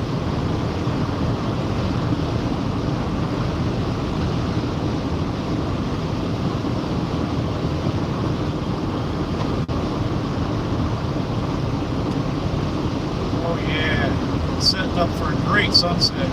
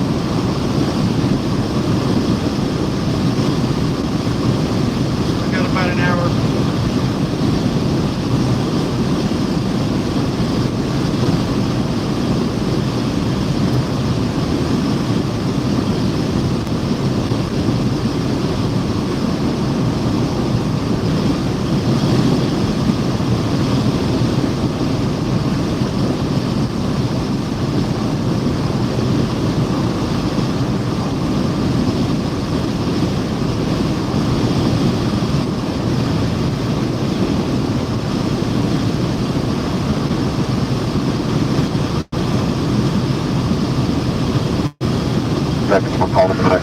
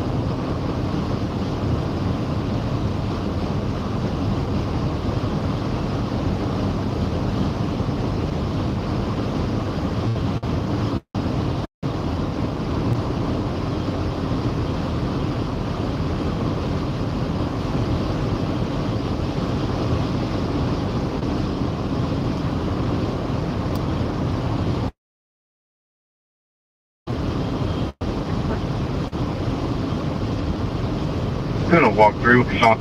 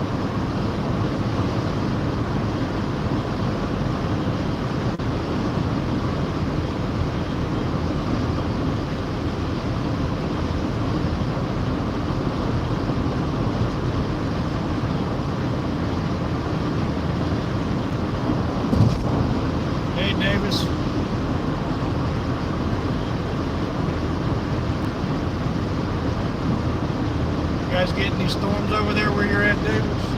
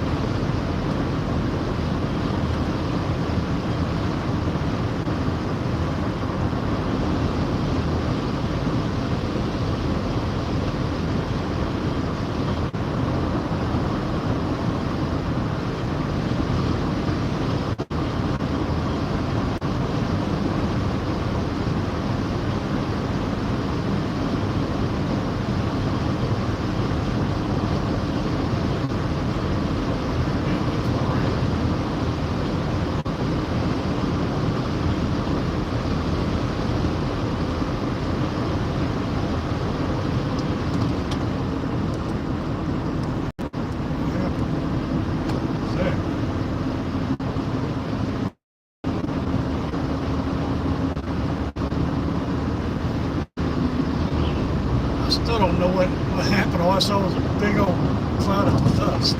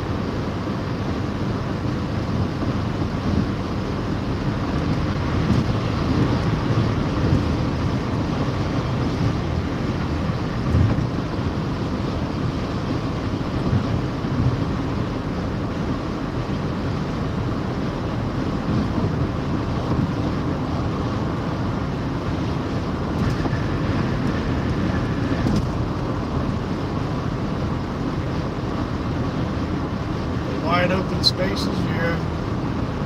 Not for long. We're almost in the city.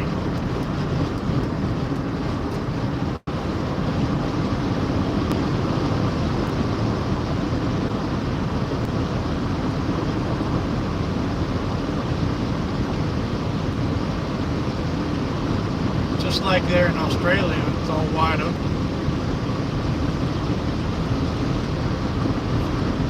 Thousands of miles.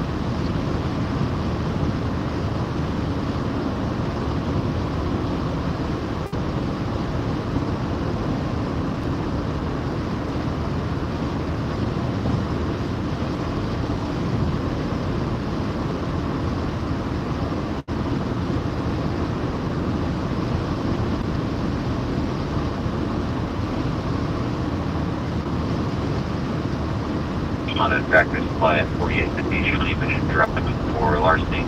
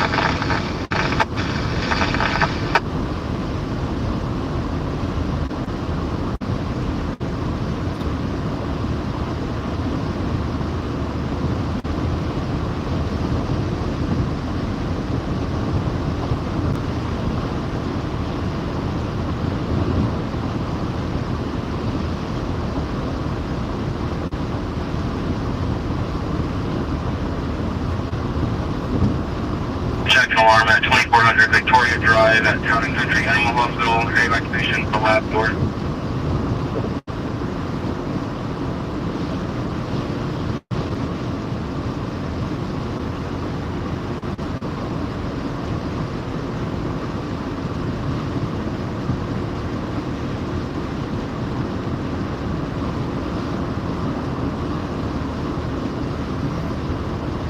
Good thing about all this rain, best thing, even though it, it brought some tornadoes, which caused fatalities, and damaged some property.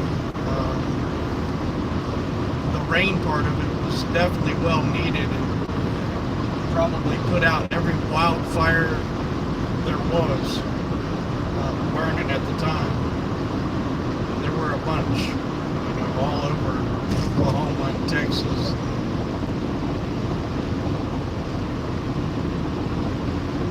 Arkansas and Louisiana, Mississippi.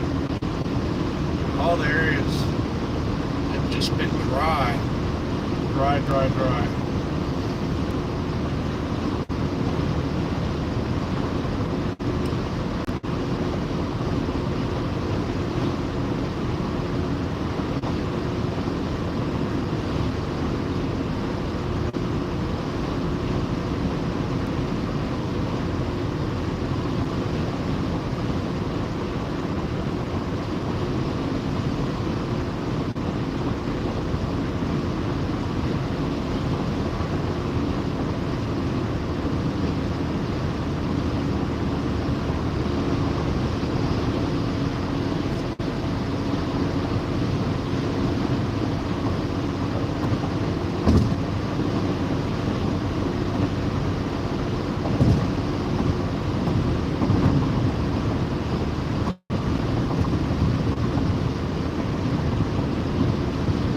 Darren in the house.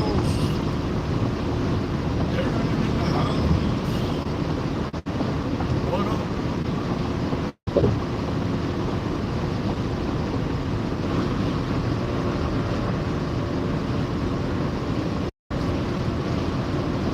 Look at that sky. Isn't that crazy?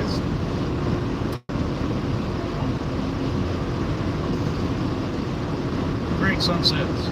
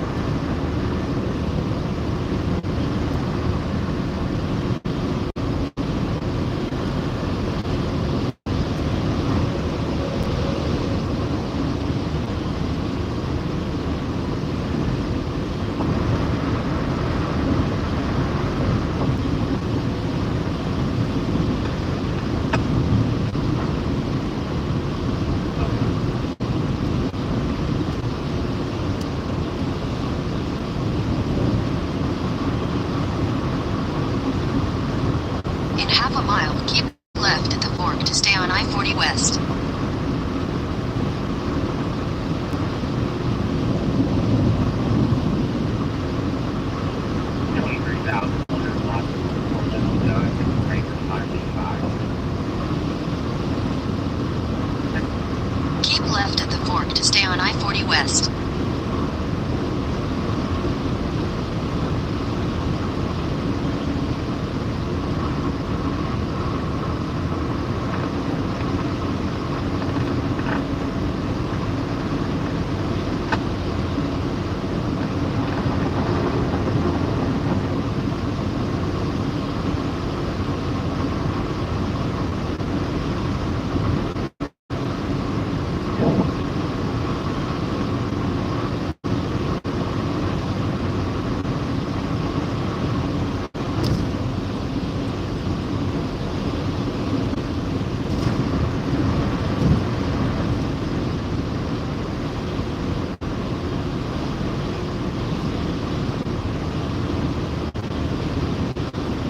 It's on I okay, great.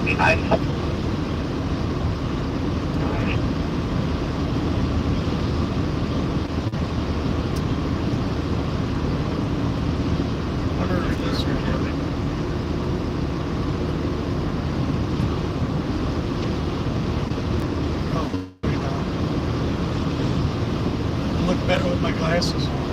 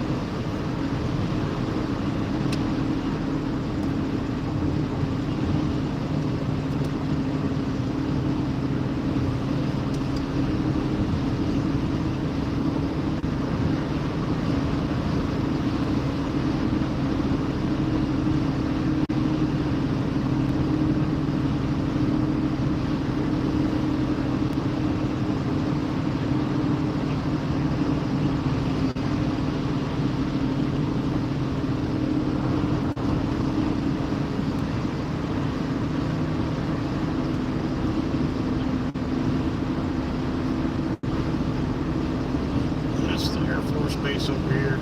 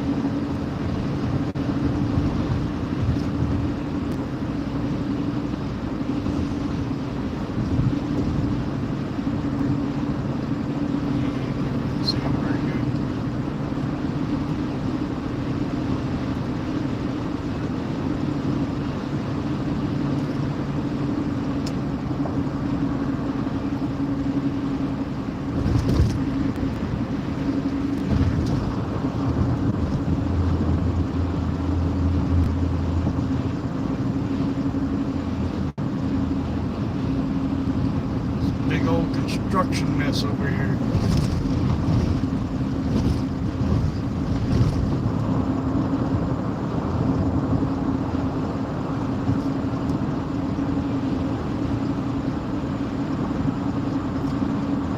Coming through Del City.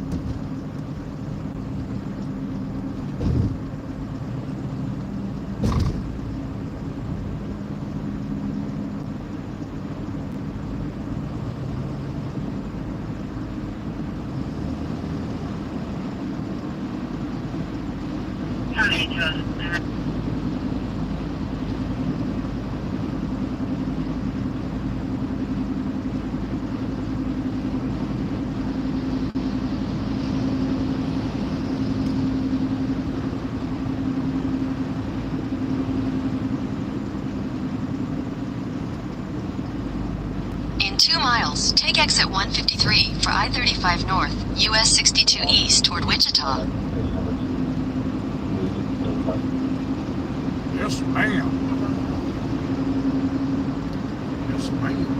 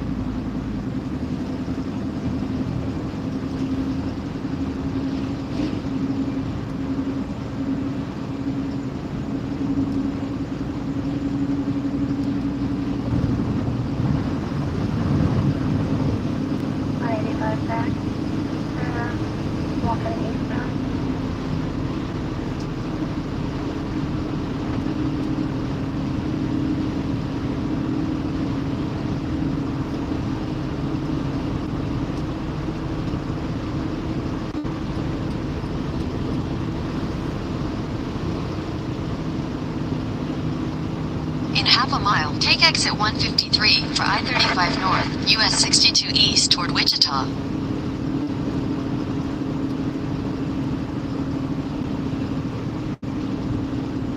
If the subject should have to be over here, I think.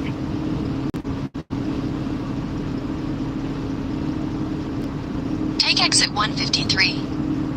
Shut up. You're out of here.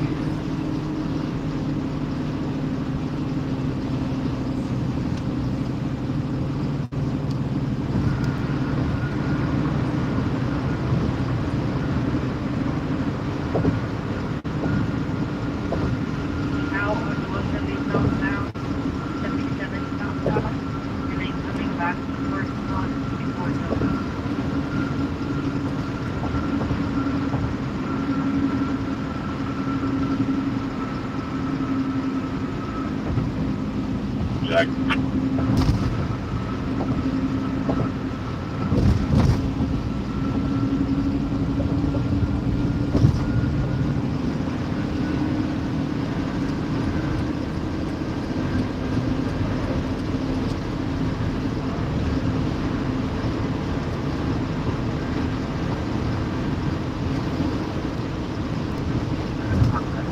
Hey, Nico. Yeah, I'm back. Oklahoma City.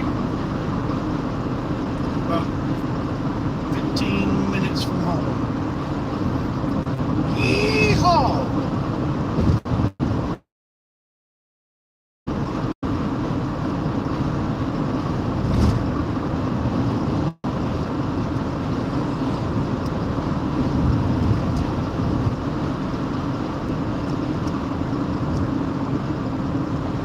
What's that country song?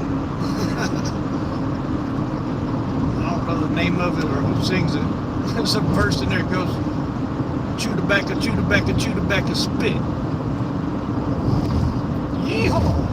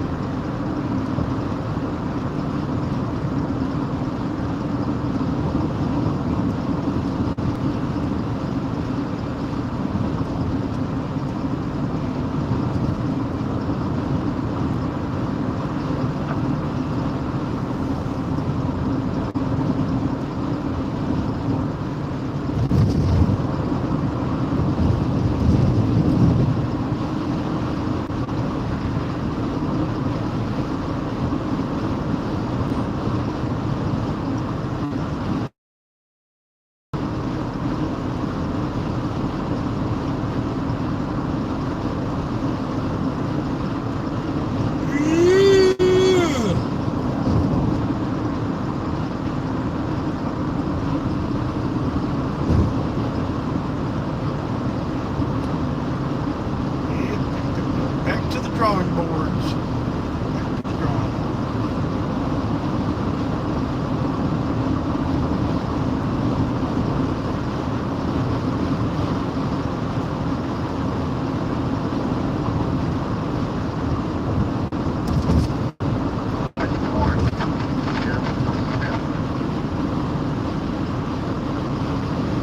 I guess you could say storm chasing is sort of like fishing, you know. You can go fishing. You're not always going to catch anything, but you probably still had a good time trying. So, storm chasing is going to be the same way. And you're not always going to find the tornadoes, but you're going to have a good time trying.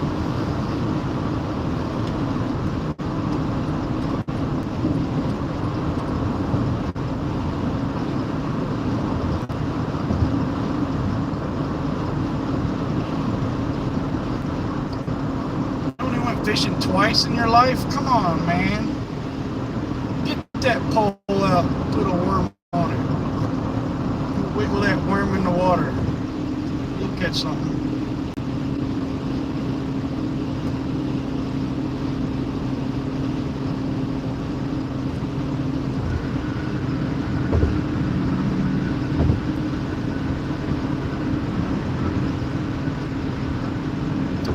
But I got a question for you. Even though you never caught a fish and you went fishing twice, did you still have fun trying? Because that's all that matters.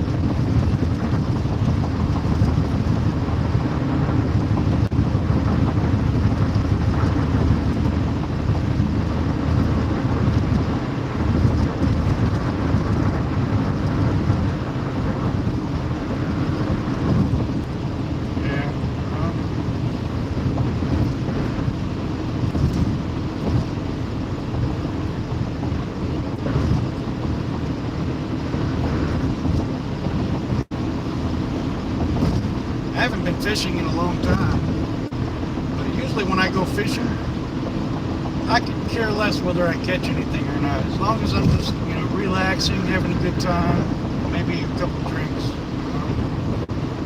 That's all. Something to do.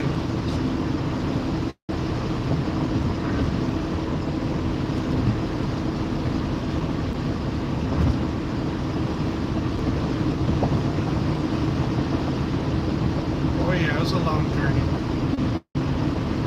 Long journey. I put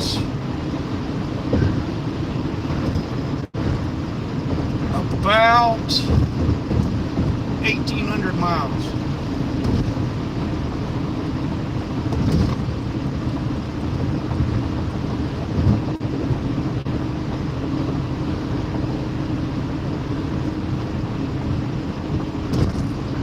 Since Sunday, 1,800 miles.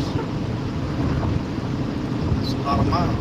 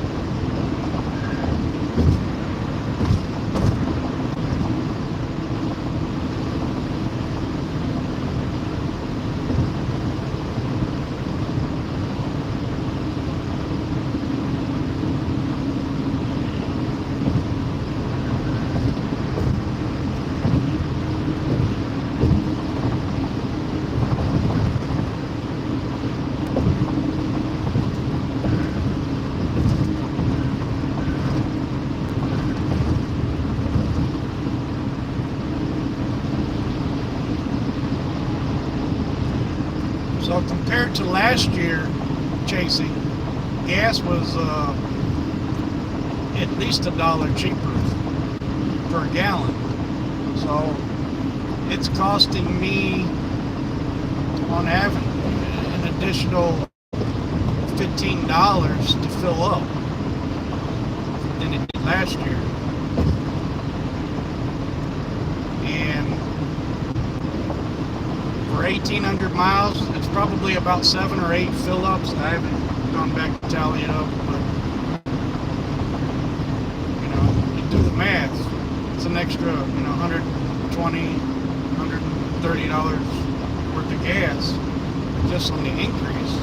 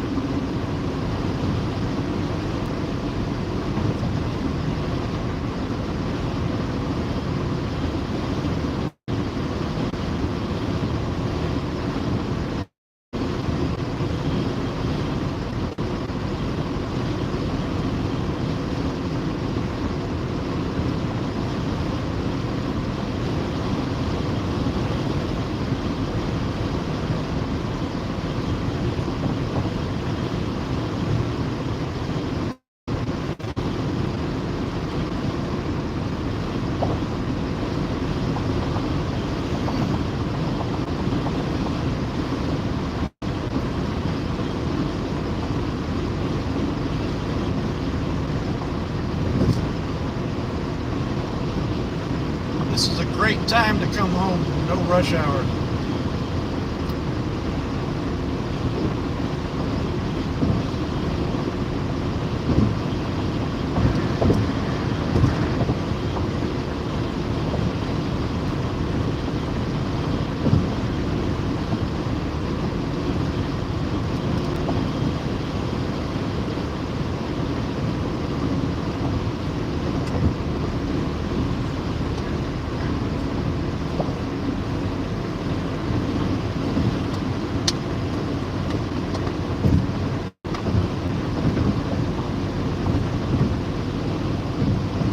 Hopefully the next chase is close to home, so I don't have to drive so far.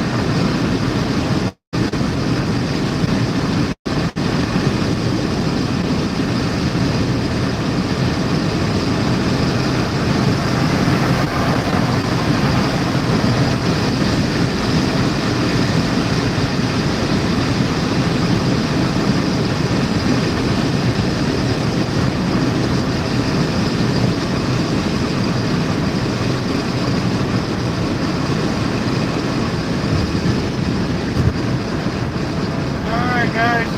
I'm just about to the house. Thank you to everybody who stopped in, keeping company on the way. I'll catch you guys on the next chase. Until then, stay safe and be good.